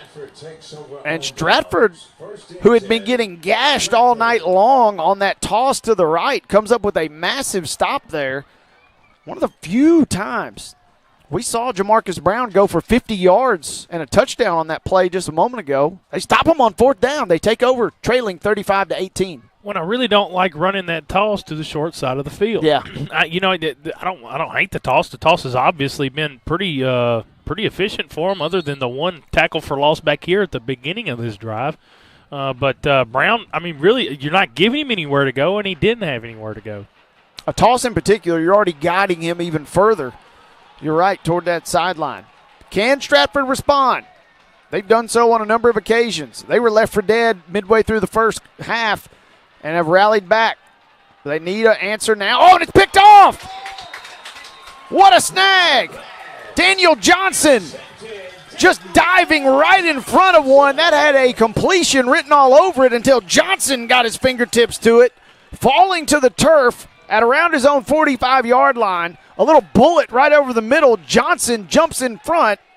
A acrobatic interception to say the least, and Stewarts Creek turns the tables on the Spartans. They have the football 1st and 10 at their own 45. I'm going to tell you something else, too. Nashawn Holbert was running all by himself on a corner route out there around the 35-yard line. And, Anton Wilson's got a good arm. He could have hit him in stride, and he'd still be running. They go to the right. Jet sweep. Still on the right. Out across the 30. Out across the 20. Jaden Stewart running hard. And the jet sweep, not the toss. Similar concept, though. They just started pulling some guys and getting some blockers upfield. And Stewart's got the wheels. He takes one from his own 45 all the way down to the Stratford 10. Man, there have been a lot of quick turns and twists in this game here tonight. Stratford's back on its heels yet again. Yeah, and Stewarts Creek don't care where the ball's placed at. They're going to run to the right. They do not care. They got great guys on that right side of the offensive line, and then they pulled a couple big hog mollies from the left, and that is a scary sight when everybody gets rolling downhill like they've done. Bleeding the play clock down to 2. They turn, they snap it untouched. Untouched. Into the end zone. Jamarcus Brown. What do you do for an encore when you have 36 carries, 258 yards, and 4 touchdowns in week 1? Well, I don't have the carries and I don't have the yards tabulated just yet, but I can tell you that's his 4th touchdown tonight. 2 yards, 12 yards, 50 yards, and that one from 10. Brown is on a heater to start the year. And Stewarts Creek might have delivered a KO right here to the Spartans.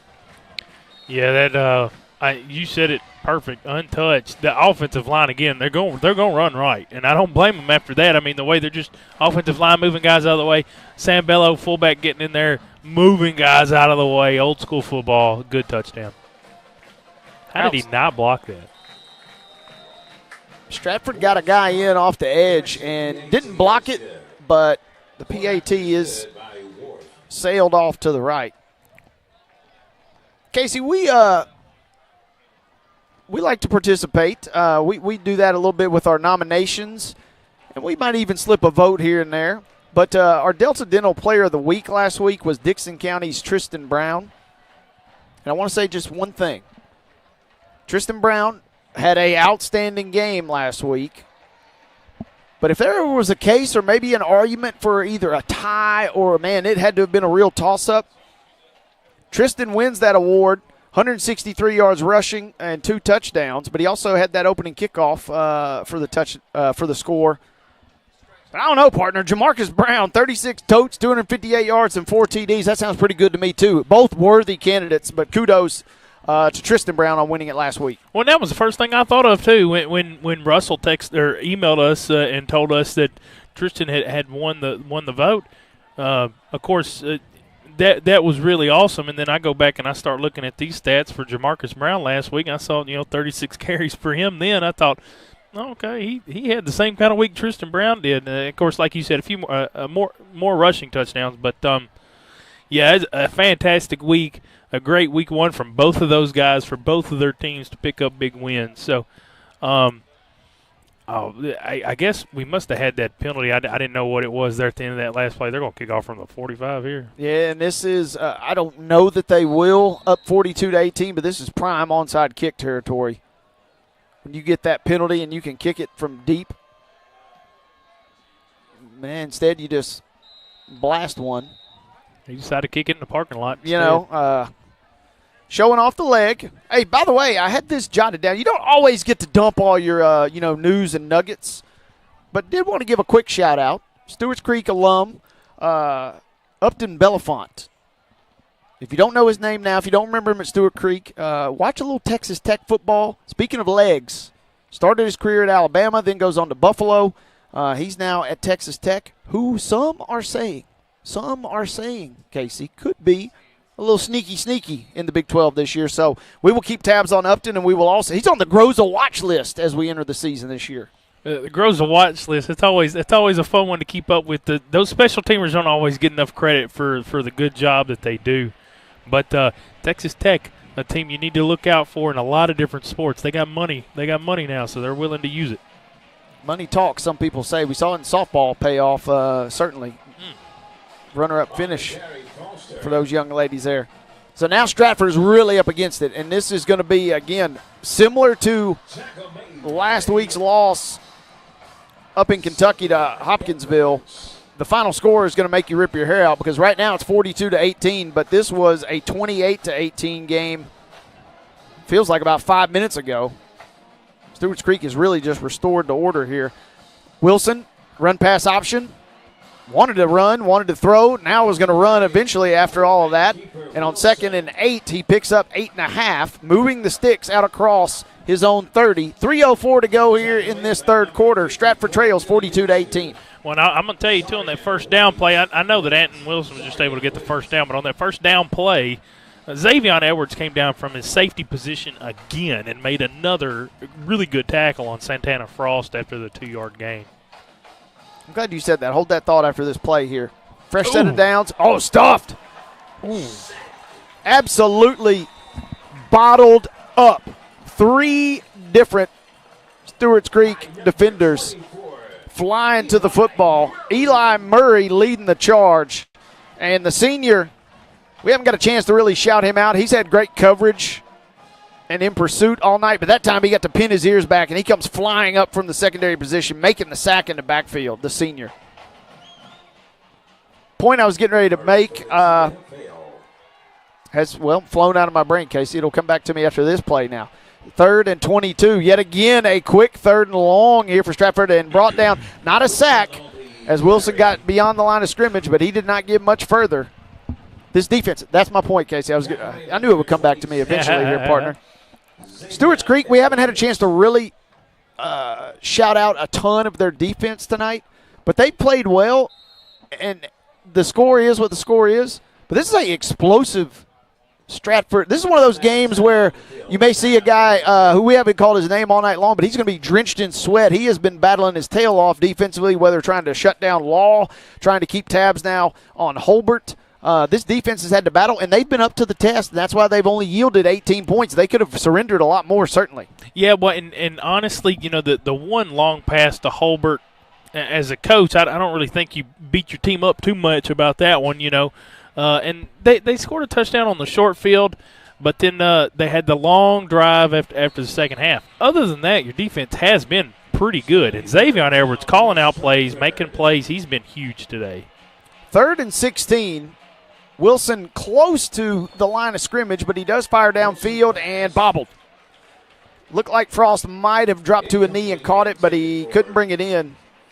And Coach Anthony Law, a little bit of a white flag wave here. With 1:30 left in the third, he trots out the punting unit. I know it's kind of do or die, but you are backed up 4th and 16 and deep in your own territory. I'm like 40% sure that was 4th down and that this is 5th down. We I'm called crazy. that play, and something happened with the officials. I don't know if it was a flag. I don't know if they a classic redo. I don't know what happened, but you're right. The garlic pepper's starting to get to me. And that's what's happening. And now, unfortunately, Stratford, who's had a woeful night snapping the ball, they have their best snap of the night, but it comes after a delay of game penalty. We mentioned it in our first half. Stratford is at Lawson next week. That'll be a big showdown for the Spartans to try and get their first win of the season, unless they pull off an absolute miracle here in the fourth quarter. Meanwhile, though, Stewarts Creek, a titanic showdown to start region play next Friday night here at the Crib versus Siegel. Another good snap. And this is not the prettiest punt by any means aesthetically, but it is by far the best punt that Stratford has gotten. That ball got about 6 feet off the leg of Thacker. But the good news is once it cleared the line and hit the ground, it took about a 25-yard roll all the way down to the 31 where Stewarts Creek will take over. $1:20 to go left in this third quarter. 42-18 alongside Casey Patrick. Our producer tonight is Mark Rogers. Assistant production from way down there, south end of Middle Tennessee in Pulaski, Scott Stewart. Appreciate all the crew. Appreciate everybody checking in. Week 2 of Main Street Preps action. We got an announcement to make, speaking of our Main Street schedule coming up here in just a minute. Been withholding some info from our viewers. We'll get back to that. Screen on 1st and 10. They dial it up, and it's completed. And still running, out across the 45, still running across the 50, breaking one tackle. He needs one more to go to the house. Kingston McQueen, that is about as beautifully drawn up a screen as you will get. Sneaky on 1st and 10, up 42-18. Just a little extra trickeration there from Stewarts Creek. Well, and Kingston McQueen had to come off the field earlier with a little injury, and we were kind of worried that it wasn't just a muscle spasm. So, I mean, it's good to see he's back out there and moving around. He moved around really good, breaking a few tackles, making some guys miss, and getting them down here on the 35-yard line. Under 40 seconds now by the time this ball is snapped. And we probably think about some second unit players coming in the fourth, but we still got a little meat on this bone here in the third as a brilliant play from Taylor rolling to his right. A little bit of a design keeper there. He's completely bottled up on the right. He reverses field back to his left, making a little chicken salad there, and he picks up first down yardage. Stratford, we got a big fella down, and that's Michael Butler. 5'10", 260. He got the 5'10" designation that Casey was seeking desperately for our boy Badger earlier. He went down very gingerly, but he gets up rather quickly, and he's going to try and walk it off here. Hopefully he's okay. Now he looks like he's all right. That's about my walking speed. I think he'll be all right. He's going to rub a little dirt on it and hopefully get back out there. And I mentioned you probably will see, at least for Stewarts Creek, Stratford does not have, and again, this is a matchup here tonight. Stewarts Creek, obviously a 6A program, deep in terms of their enrollment, deep in terms of their participation. Stratford, meanwhile, they're in the 3A football ranks. They're in there with Maplewood, Westmoreland, White House Heritage, and Whites Creek. Whites Creek, you say? I told you guys, we got an announcement coming up in a minute. That is a shifty carry right there from McKnight. I'll tell you what, Casey, as the third quarter comes to a close, Stewarts Creek leads 42-18. I love what I've seen out of all these different backs. A number of options and different styles that Coach Caldwell and his staff can kind of deploy going forward. Yeah, and you know, I saw McKnight down here just a minute ago talking with one of his coaches, and he kind of patted him on his head. I think McKnight, he's been kind of hard on himself after that fumble earlier, but man, every time he's had the ball in his hands, he's been a lot of fun to watch. You know, we came in tonight talking about Jamarcus Brown, and don't get me wrong, 250-some-odd yards, 4 touchdowns. I mean, he deserves everything we're going to say about him. But Jaden McKnight he's had him a good game here tonight too. He showed off his legs pretty good. Jaden Stewart's had him a good night. Jerry Taylor, I was just looking him up. I know you saw me on my phone. I was just sitting here looking him up, trying to find some recruiting on him. I like him as a quarterback. He moves around. He's really smooth. He's really confident. He's really poised in what he's doing. And it helps. I think it helps everybody else in your offense feel a little bit more confident about what they're doing when your quarterback is that way. I'm in 100% agreement. I like his poise and presence. He did have the one kind of head-scratcher in one play, one throw late in the second quarter that he definitely wishes he had back. But other than that, he's been virtually flawless tonight in terms of his decision-making. And he is out there with the offense as we have bled right into the fourth quarter here. 42-18 is your score. Stewarts Creek in their black uniforms, driving right to left as we begin this final frame here. Barring something insane, is going to get out of here with a nice victory. Oh, big tackle. Buckle up, folks. Keon McAllister, he's had 2 shoestring tackles here tonight, and that time he got his money's worth. McAllister, the senior, 5'11", 200 pounds, flying off the edge, wrapping up with a vengeance and making the stop. It'll be a big third down coming up for the Red Hawks now. Number 55 is one of their team leaders, and he's one of the leaders on that defense, and he showed why tonight. He's made quite a few different plays, maybe touchdown saving plays, but on that one he made a big play in the backfield to knock them back. Stewarts Creek, bleeding play clock, and there's a give up the middle and another tackle. That's Azon Johnson, 5'9", 170. And McKnight is stuffed. He got minimal yardage, so it'll be 4th and about 5. And this is a spot where you may consider, I don't know, you want to go for it, obviously, I think, but also you may consider a field goal here just to kind of see, add a little extra seasoning to your kicking game, perhaps. They must not really be trying the kicking game much, but, I mean, I think you could try that toss to the right here if you wanted. Now you got plenty of room. We got 2 choices. We could, they're going to run a boot to the right, and if Taylor can elude one man, he might have some daylight, and he does. And Taylor lowers the shoulder. Oh, and the ball comes loose at the end of the play in the end zone, and it's recovered by Stratford. I don't believe it. Falling on in the end zone for a touchback. Taylor escaped immediate danger, cleared the corner, and once he got the edge, rather than going out of bounds, cuts upfield, lowers a shoulder, and that sprung him on his way to the end zone. And around the 2, he took one other hit. The ball fumbles forward into the back of the end zone. Stratford recovers. And as frustrating as the game has been for Stratford tonight, you're going to go back and watch the film and say, man, we weren't at our best by any means tonight for Stewarts Creek. 3rd turnover tonight. They still lead at 42-18, though.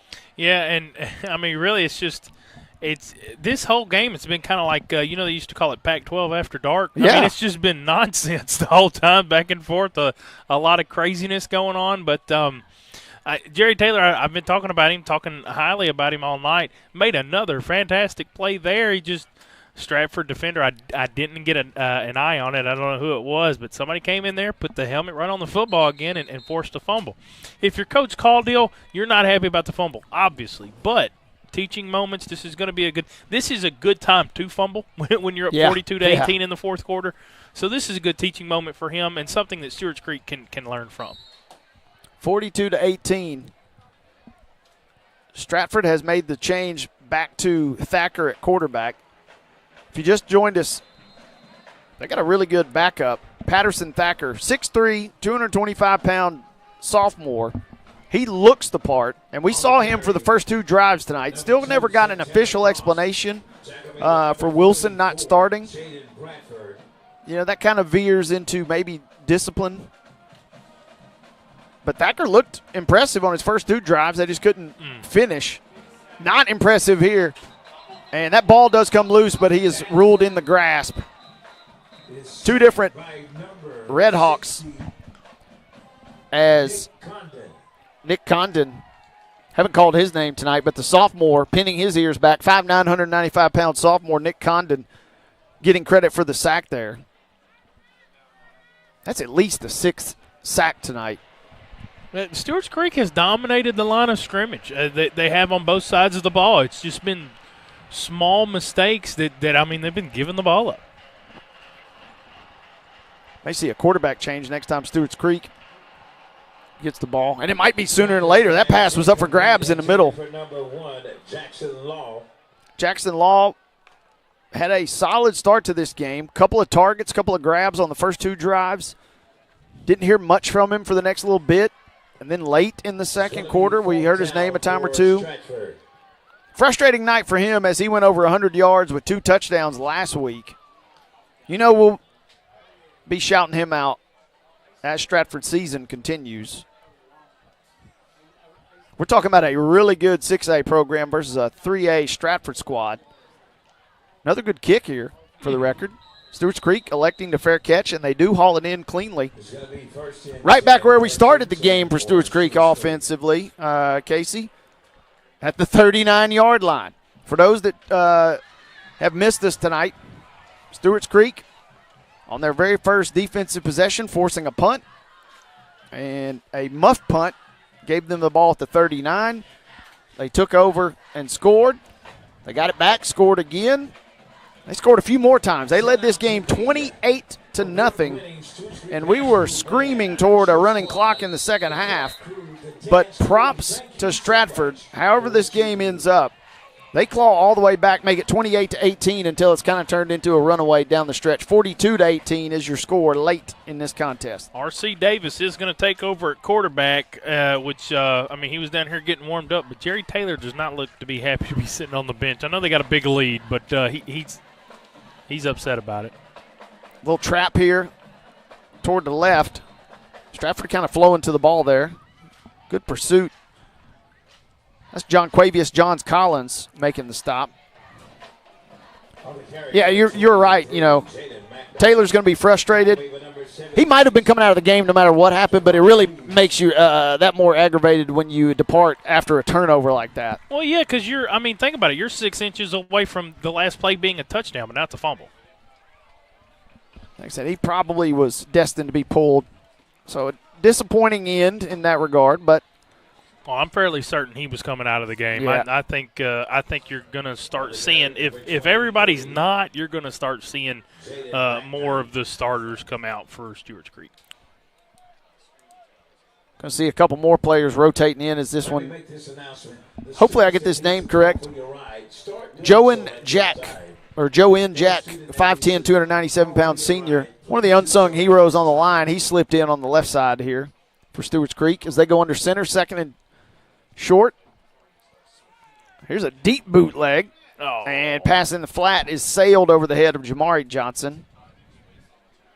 Casey, I'll ask you point blank. Let's go Stewarts Creek first, and then we'll go to Stratford. What do you want to see now that we've got 2 games worth of tape under our belt? What adjustments do you want to see your 2 teams respectively make heading into week 3? Well, for Stewarts Creek, there's this old football exercise used to do. The coaches used to make the players walk through the hallways throughout the week, and they'd be carrying the football with them, and they'd tell the rest of the kids to try to knock the football out. And I think Stewarts Creek need to try something like that just to work on making sure you don't put the ball on the ground anymore. And for Stratford, this is going to be about fixing up the simple things, the penalties and the snaps, and just the easy stuff.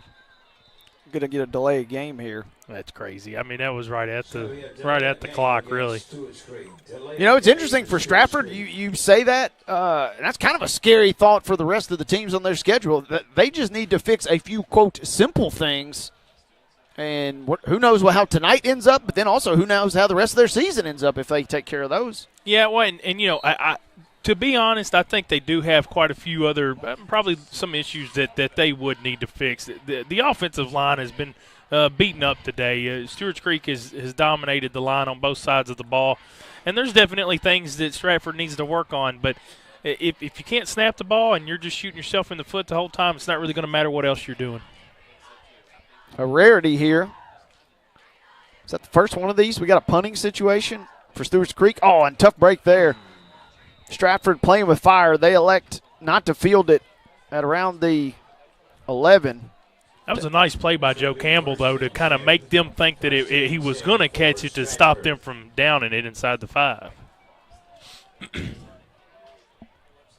Both teams with some more homework heading into week 3. We mentioned Stratford and Lawson. We mentioned the Siegel matchup versus Stewarts Creek. Casey and I, we're headed to Mount Juliet. It feels like we were just in Mount Juliet last week. We're headed to Mount Juliet Christian next Thursday. Whites Creek, we talked about Whites Creek a lot earlier in our pregame with Anthony Law being the head coach there prior to his arrival as an assistant here at Stewarts Creek, and now the head coach at Stratford.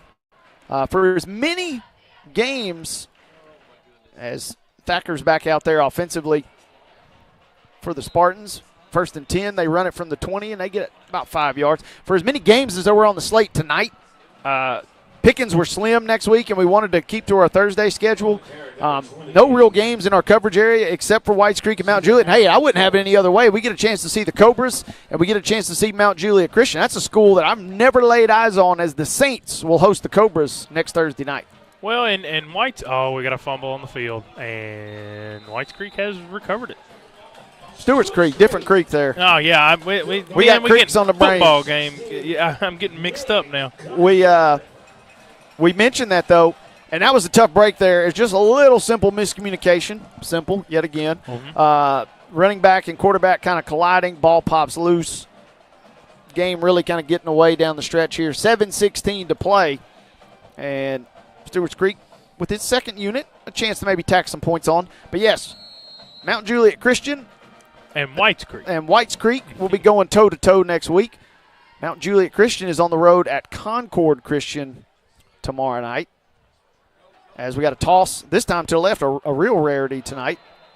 Nice open field tackle there for Kobe Buford, 5'9" junior. Other team in that equation, Whites Creek, they're on the road at Trousdale County. How about a slate for the Cobras to start the year? They went on the road and beat Franklin Simpson, Kentucky to start their season. They're at Trousdale tomorrow night, and then they go to Mount Juliet Christian. First 3 games on the road for the White Creek Cobras. Well, Whites Creek is a team that they've ran into Creekwood and a few other teams that I cover a few times. So I've heard of them. You know, I've never been to one of their games. A little slip give up the middle here to Jaden McKnight. Took Casey's words right out of his mouth there. As McKnight just breezing past 2 or 3 would-be tacklers at the line of scrimmage. He's finally brought down at around the 4. 1st and goal coming up for Stewarts Creek, who leads this game with 6:25 to go. 42-18 is your count. Yeah, that was another. I mean, just that slip play they've had right up the middle there, the kind of like a trap, mid-trap. They've had that open most of the night. This offensive line's been really impressive for Stewarts Creek. We know the O-line doesn't get as much love no matter what team it is, but this is an impressive unit. You said, late penalty's going to come in here. No gain on the initial carry, but McKnight was grabbed by the face mask. Casey, we didn't get a chance to mention it. We were, as much as everything was top-notch here at Stewarts Creek tonight, we did get cheated just a little bit, but it was through no fault of Stewarts Creek. The Stratford Marching Legion was not here tonight, and I promised I would do this, but shout out to my guy Riker Lugo. He's one of the tuba players for over there for the Stratford Marching Legion. They didn't make the trip tonight, but hopefully that just means they're getting rest up and getting ready for the rest of the season. Long season even for the band as well, partner. Oh, yeah, and if you've ever been to Stratford for one of their games, that band, they get loud. They make plenty of racket, and they sound really good. If you catch the wind on a Friday night just right, I can hear it from my back porch right in our neck of the woods over there near Shelby Park as a toss. Again, the toss to the left. The right has been their preferred destination all night, but they toss McKnight to the left. He was 2 or 3 yards into the end zone by the time somebody really got a lick on him. McKnight plunges in. The backup unit McKnight, make no doubt about it, he is a starting caliber player for a lot of teams. But as a backup here, he finally gets a little shine. Brown with 4 touchdowns, Taylor with 1, Bello with 1, and now add McKnight to the mix here. Well, I'm glad McKnight finally got him one because he did have that fumble earlier. He was beating himself up for, and he had a few plays where he had 1 touchdown taken back. So, good for the young man to get into pay dirt and feel good about it. It's good. Yeah, McKnight's going back saying, man, Coach, you maybe wait a little while. You're right, he goes in. That was on Taylor's touchdown. We saw him go in, play gets called back. It's been a crazy ball game here tonight, folks. Week 2 of the Main Street Preps, Thursday night game of the week coverage. Alongside Casey Patrick, Wayne Neely saying hello. And, again, if you just tuned in, it was 28-0. Stewarts Creek was rolling. In the blink of an eye, it was 28-12 at halftime. Stratford gets a stop, gets a turnover, I should say, to start the third quarter. They score 28-18. And that may be some homework as well for Coach Law and his staff. We mentioned it earlier. They cut it to 21-13 in the third quarter at Hopkinsville, Kentucky last week, and ended up kind of getting ran out of the building. Similar script here tonight. You make it 28-18, and then the wheels kind of came apart. You're going to fall here tonight. 49-18 is your score with 5:30 to go. Well, and the one thing about it is that I think it gives Coach Law a better chance to figure out exactly what he can do to fix his team. When your team starts to show consistencies, even if they are bad, that makes it a little bit easier to really figure out what's going on. So, Stratford, we've seen plenty of talent out here tonight for them. It's just, like we've said it plenty of times, shooting themselves in the foot. They've got plenty of things to work on, and this is the kind of game that's going to show you the stuff you need to work on, but it's also going to show you the stuff that you do good. And Stratford does plenty of stuff pretty good. And so there's plenty to go off of from this game for the Spartans. They will kick it semi-deep, fielded by Stratford at around the 11. And cutting upfield, a little daylight over there on this near sideline. That was Michael Moore, 5'8", 140-pound junior Michael Moore. 140 pounds, I believe that. He's that part of the roster you're in agreement with. Yeah, no, he's a slender guy. That's why he's back there on kickoffs. He moved pretty quick too. He had an open hole for a minute. He hit the first hole, but they were able to tackle him right before he made it around the corner. Good bounce back here tonight after things were kind of wobbling for Stewarts Creek. Again, they dominated the first quarter and a half, and then came roaring back once Stratford had got it to 10. 4:30 and change remaining as Stratford will start this drive from their 37. Coming up across Main Street Media, we got a great slew of games coming your way tomorrow night. You can read them in all of our Main Street publications across Middle Tennessee, but also MainStreetPreps.com. Brentwood Academies at Brentwood. Pearl Cone and CPA is going to be a dandy. Our good friend Russell Venozzi is going to be there on hand for that one. I'm envious of you, Russell. As this ball, low snap, but picked up by Thacker, and he dumps one in the flat. Little wiggle there from Michael Moore, who had the return a moment ago. Some other games in our coverage area tomorrow night. Casey, Father Ryan at Riverdale. Innsworth is going to be at Nashville Christian. Creekwood, right there in your neck of the woods, but they're on the road at James Lawson. And Columbia Academy will be at BGA. Casey mentioned earlier, we're on assignment tomorrow. Casey will be on hand, Montgomery Central, invading East Hickman. You ever been to Lyles, Tennessee? Yes, sir. Okay. You're familiar with the ins and outs there of the Eagles. Hopefully they can bounce back. They had a tough one in their season opener last week versus Fairview. Yours truly, I'll be on duty up in Cheatham County tomorrow night. Checking out the brand-new stadium. Going to get to see the Cubs and Coach Halstead in action in their brand-new digs. They host Glencliff tomorrow night up there in Cheatham County. Almost 700 days since they've been able to play in Ashland City for those guys. It will be quite the atmosphere, or at least I'm anticipating a good one.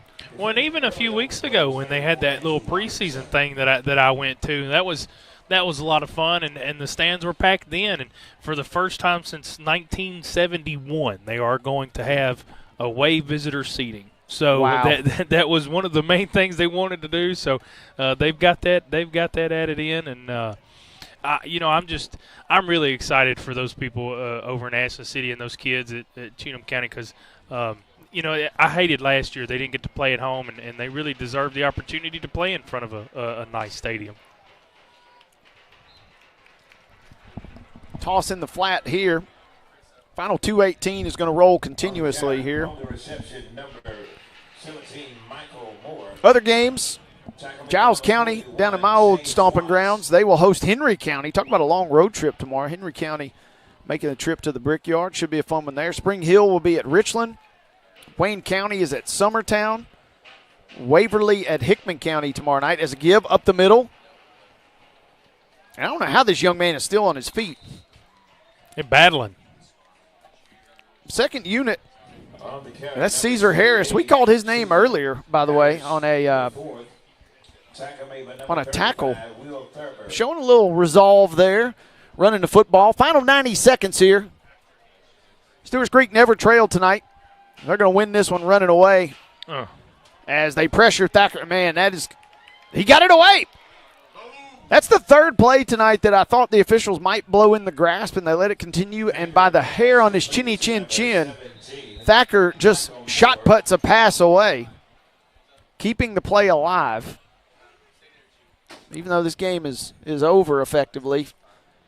Well, little moxie from the QB. This kid's only a sophomore, Casey. Yeah, and I like the way he's played when he's got his opportunity out there today, but this is just really bad. This is 2 weeks in a row now with what seems to be a fairly serious injury in the final minute.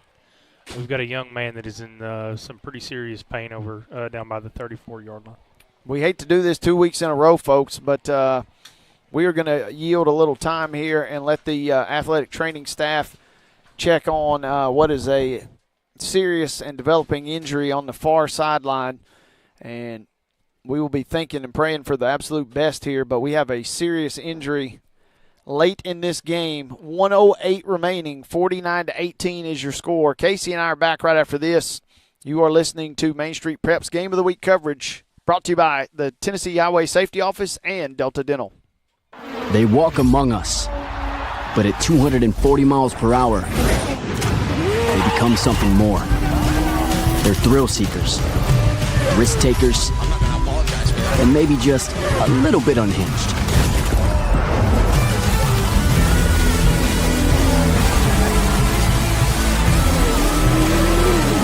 Buckle up.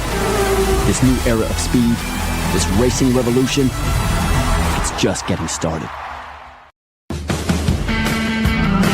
Hi, I'm Stephanie Miller. Main Street Media is partnering with Borchetta Bourbon Music City Grand Prix at the Nashville Superspeedway to send a family of 4 to the race August 31st. To register, please visit any Main Street Media website and look for the Register Here banner. You'll also receive some fantastic Borchetta Bourbon Music City merchandise. We look forward to seeing you at the race.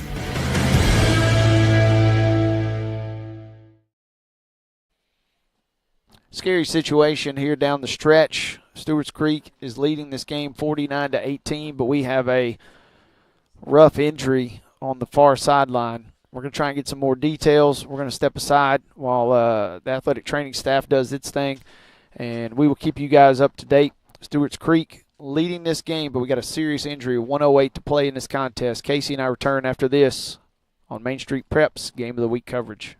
When the arena lights dim for a concert, or when the crowd becomes one at a big game, you can almost feel like you're the biggest fan. But who's your biggest fan? It's the person that will get you home safely after a night of drinking. It's the person who looks out for your life to make sure you leave the stadium with someone sober. This could be a designated driver or someone who offers to get you a ride share. Because in Tennessee, fans don't let fans drive drunk. Brought to you by the Tennessee Highway Safety Office, a division of the Tennessee Department of Safety and Homeland Security.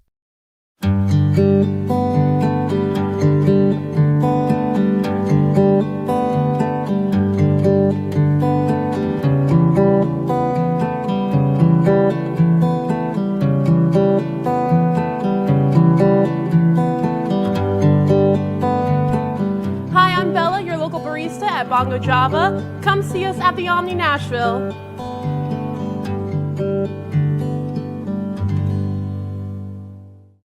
They walk among us, But at 240 miles per hour, they become something more. They're thrill seekers, risk takers, and maybe just a little bit unhinged.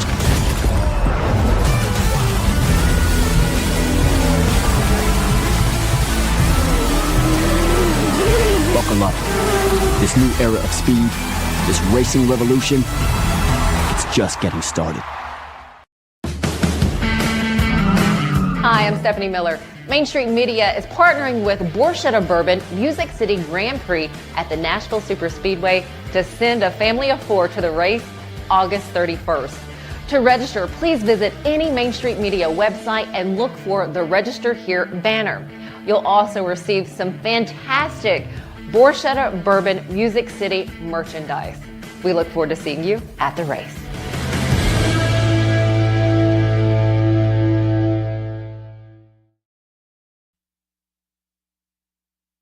When the arena lights dim for a concert, or when the crowd becomes one at a big game, you can almost feel like you're the biggest fan.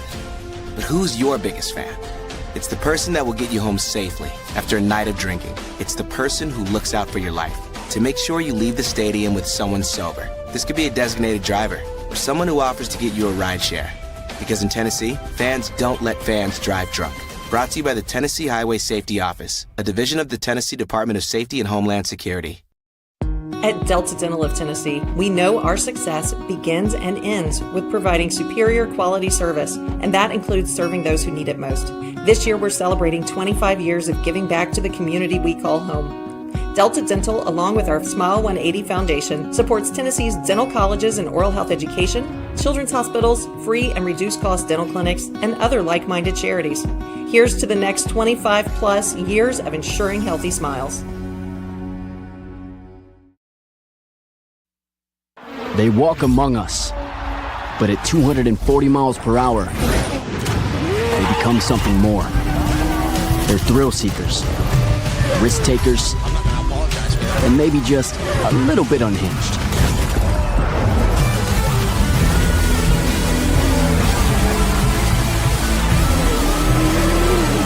Buckle up. This new era of speed, this racing revolution, it's just getting started. Hi, I'm Stephanie Miller. Main Street Media is partnering with Borchetta Bourbon Music City Grand Prix at the Nashville Superspeedway to send a family of 4 to the race August 31st. To register, please visit any Main Street Media website and look for the Register Here banner. You'll also receive some fantastic Borchetta Bourbon Music City merchandise. We look forward to seeing you at the race.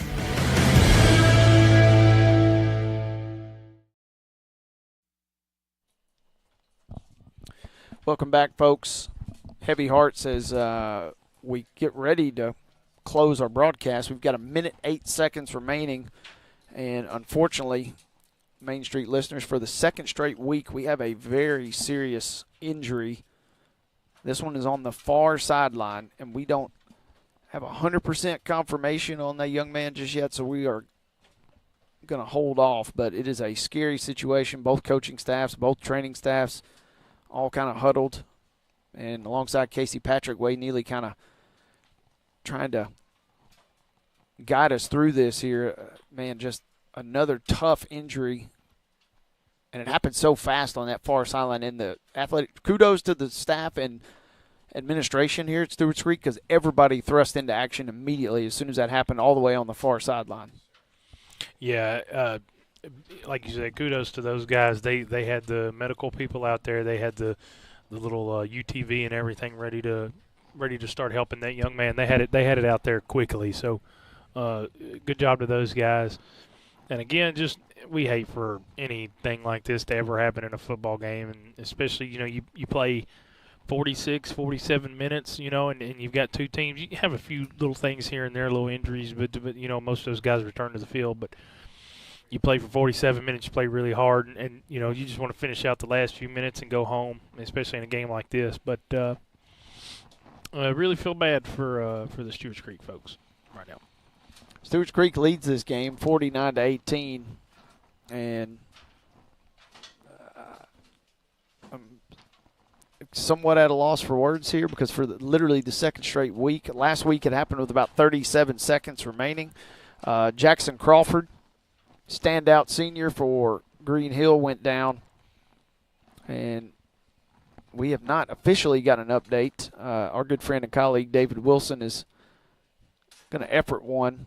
Hopefully we can share that with our broadcast family next week. But he has gone down. That was last Thursday night, late in the game. And here we are yet again, 49-18, a minute 8 seconds. That play last week coming on a onside kick attempt. This was in the regular run of play. Both teams had largely, if not, or at least as best as they were able, deployed most of their backup units. So this one is, any injury is, especially of this nature, is horrific and tragic, but this one kind of coming in the regular run of play makes it really, really tough because it happened instantly. And again, kudos to the staff at Stewarts Creek because administratively, coaching staff-wise, and athletic training staff-wise, they were on hand in the drop of a hat to hit across the field and help this young man out. Yeah, and you know, last week's injury was really tough because, you know, we said that we felt like the backup should have been in there. And this week, you know, you just got a bunch of young guys that are out there, and they're battling. They're just battling. They're playing their butts off. They're trying to show their coach that they've been working, they've been learning. They're trying to show their parents in the stands that you know, they're getting better. And you just got a young man that I mean, nobody even made a mistake. Nobody did anything wrong. You just you get the short end of a stick, and we're going to keep him in our thoughts and prayers. Tough and scary situation as, again, this occurred on the far sideline, and we could not bring you 100% identification. We have a really strong hunch, but out of respect for this young man and all fans and family members that are tuned in, and, you know, not that they don't deserve this, but I think a lot of the athletic trainers that I've encountered in my life would understand and appreciate this. They don't seek the glory, they don't seek the praise, but they certainly are more than worthy of it. And Alan Overby and all that training staff, like I said, immediately thrust into action in a scary situation. And again, this came in a moment in the game, a minute 8 seconds. You know, everybody's not checked out, certainly not the players on the field, but it could have very easily, you know, everybody kind of moving on to the next thing here as soon as this game wraps up. But the training staff is working still on that far sideline, and 49-18, we continue an extended pause here for an injury timeout. Casey and I will step aside. We will get you an update just as soon as we can, but we got a scary injury on that far sideline late in this game as Stewarts Creek leads Stratford with 1:08 to play, 49-18. When the arena lights dim for a concert, or when the crowd becomes one at a big game, you can almost feel like you're the biggest fan. But who's your biggest fan? It's the person that will get you home safely after a night of drinking. It's the person who looks out for your life to make sure you leave the stadium with someone sober. This could be a designated driver or someone who offers to get you a ride share. Because in Tennessee, fans don't let fans drive drunk. Brought to you by the Tennessee Highway Safety Office, a division of the Tennessee Department of Safety and Homeland Security. At Delta Dental of Tennessee, we know our success begins and ends with providing superior quality service, and that includes serving those who need it most. This year, we're celebrating 25 years of giving back to the community we call home. Delta Dental, along with our Smile 180 Foundation, supports Tennessee's dental colleges and oral health education, children's hospitals, free and reduced cost dental clinics, and other like-minded charities. Here's to the next 25-plus years of ensuring healthy smiles.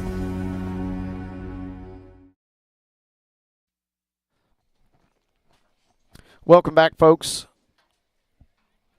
We have largely cleared the field after a horrific injury with 1:08 to play in this game here on Main Street Media Radio. Thursday night game of the week coverage presented by the folks at the Tennessee Highway Safety Office, who remind you that fans don't let fans drive drunk. Also brought to you each week by our friends at Delta Dental of Tennessee. Casey, number 34, 5'11", 166-pound sophomore Andrew Robinson was carted off just a moment ago. Obviously a scary situation and obviously a big ovation. And we're sending nothing but uplifting thoughts to him and his family and friends and coaches and loved ones. And you know, real quick, and you know it's a scary situation. We saw the Stratford, it happened on their sideline, but you immediately see the reactions of the coaches and the players. That kind of really painted a grim picture as soon as it happened. Well, and, you know, as Robinson, as they were getting him off the field, and he was getting the ovation, he reached his hand up. And so, I mean, he's, you know, it is, I do believe it's a lower body injury. So, you know, for anybody at home, just letting you guys know he was awake. He was like I said, he had the fist pump and everything. So, a nice moment for him just there, you know, just to show everybody that he will be okay. And maybe today's a bad day for him, but he'll come back stronger. Again, 34 in your programs. Andrew Robinson, 5'11", 166 pounds sophomore. We're thinking of you, buddy. We'll be pulling for you. And it really puts a damper on what was an unusual game. Stewarts Creek led 28-0. Stratford reels off 18 unanswered, crawling back within 10 midway through the third. And then as quickly as that happened, as we get a kneel down here, one more, and we'll be out of here tonight. 49-18. And that will kneel us out. Tough one tonight to end on, Casey. Both teams will obviously go back to the drawing board. Stewarts Creek improving to 2-0, but they certainly have some homework as they host Siegel right here at Red Hawk Stadium next Friday night. And then Stratford, 0-2, but a dangerous 0-2 team. They will get ready to tangle with Lawson next week. So both teams learn a little bit more about themselves. We hate that it ended for a second straight week on a very kind of sobering note, but it was a wild game and kind of every bit as entertaining as we thought it might be at times here coming into it. Yeah, and like you said, I think both of these teams, well, at least Stratford, they still do have quite a few questions about their team. Stewarts Creek, it's just putting the ball on the ground. You know, if they can fix that turnover issue, I think next week against Siegel could be a really fun matchup here. But Stratford, they've got quite a few simple things that they need to work on. And I say simple just because it's easy for me to tell you what it is. But as far as fixing it, it may take them a little bit of time to figure it out. This is a Stratford team, again, slipping into the playoffs last year. Played a pretty good Sycamore team within a couple of scores. They will not go quietly the rest of the season, certainly. And they will be heard from again, I think, as this year progresses. Too much talent, and like you said a number of times, simple things, if you can clean those up, this is going to be a dangerous team. Stewarts Creek, meanwhile, obviously, I'm not Coach Caldwell and his staff, so I'm going to look at it a little differently. They're going to have a much more intense eye. I'd like to go back and watch some of those turnovers, too, because at least two of them, to me, felt like just pure bad luck. Yeah. And you use the old-school reference, you know, duct taping the ball to your hand as you walk down the hallway. It feels like you can't say that necessarily to your team, but deep down you kind of have to chalk it up. Hey, football is just a game of luck sometimes, and you catch two or three unlucky bounces there. Maybe Stewarts Creek not that far off. I certainly liked what I saw from them, especially up front in both sides of the ball, offensive and defensive lines. Yeah, and Jerry Taylor, he did have two mistakes tonight. He had the throw back across his body, which was really, really bad. And then he had the fumble where the Stratford defender just put his helmet on the ball and forced the fumble. But other than that, other than those two plays, Jerry Taylor was, he was a wizard out there tonight. I mean, he was moving, he was smooth with his feet, he had a good arm, fairly accurate, and other than the two turnovers, he made really good decisions all night long. Couldn't have said it any better myself. That is our final tonight. Again, 49-18, as Stewarts Creek, the Red Hawks, survive a little bit of a scare in the middle of this contest, and they win it running away by the end of the night here on Main Street Prep's Thursday night game of the week. As we want to pause for a moment as we are praying for the family. We got a moment of silence here. Andrew Robinson. As we will pay our respects to Andrew Robinson. Casey and I will do the same. We will wrap it up after a 1-minute timeout here on Main Street Preps Radio. When the arena lights dim for a concert, or when the crowd becomes one at a big game, you can almost feel like you're the biggest fan. But who's your biggest fan? It's the person that will get you home safely after a night of drinking. It's the person who looks out for your life to make sure you leave the stadium with someone sober. This could be a designated driver or someone who offers to get you a ride share. Because in Tennessee, fans don't let fans drive drunk. Brought to you by the Tennessee Highway Safety Office, a division of the Tennessee Department of Safety and Homeland Security. At Delta Dental of Tennessee, we know our success begins and ends with providing superior quality service, and that includes serving those who need it most. This year, we're celebrating 25 years of giving back to the community we call home. Delta Dental, along with our Smile 180 Foundation, supports Tennessee's dental colleges and oral health education, children's hospitals, free and reduced cost dental clinics, and other like-minded charities. Here's to the next 25 plus years of ensuring healthy smiles. 49-18 is your final here as Stewarts Creek wins it. Again, they go to 2-0. Stratford, a really good and hard-fought effort tonight, falls to tough luck 0-2. 49-18, again, your final here as we close Main Street Preps Thursday night Week 2 action. We set the stage for tomorrow night. And a reminder, folks, if you miss any of your Friday Night Lights coverage, you can check it out online for our respective publications, but you can also snag that physical copy and check that out. Casey, another good week. We hate that obviously it was marred by injury, and we just had a really stirring and touching communal kind of moment of silence as everybody came together. Thoughts and prayers again, uplifting thoughts for Andrew Robinson, a sophomore for the Red Hawks who went down with a severe injury at the end of this contest. Outside of that, and I do not want to take anything away from that by any means, but outside of that, we had a really fun night here tonight on a gorgeous evening in Rutherford County. Yeah, I talked about the Pac-12 After Dark earlier, and that's kind of, everything on the field. That's kind of what we got to enjoy tonight. And, definitely Stratford made a few made plenty of mistakes, and Stewarts Creek made a few mistakes, but a lot of fun tonight. I'm enjoying this. Like I said last week, they're paying us to talk about football, so we're in a pretty good spot. And I really wish the game would not have ended like that. Yeah. But we've had 2 weeks now where we've had quite a bit of fun watching some football. No doubt. We'll do it all again next Thursday. Again, your Thursday, September 4th edition of Main Street Media Game of the Week coverage will be Whites Creek on the road at Mount Juliet Christian. It's going to be a fun one, folks. Casey, be safe getting home. Be safe heading to your game tomorrow night. Yes, be sir, safe watching the Tennessee Vols on Saturday. I can't promise you that. I promise you that. I am slightly concerned, but I know you'll do well, and it'll be fascinating. We'll break that down on our show next week. That's a wrap here from Rutherford County. Again, folks, thank you so very much to all of our fine staff behind the scenes at Main Street Preps. Thanks to producer Mark Rogers, and again, thanks to our associate producer way down there in Pulaski, Mr. Scott Stewart. And a huge, huge thank you to all of the staff here and administration at Stewarts Creek. They rolled out the red carpet. They are the Red Hawks, after all, I guess. But they rolled out the red carpet for us, and we thoroughly enjoyed our time.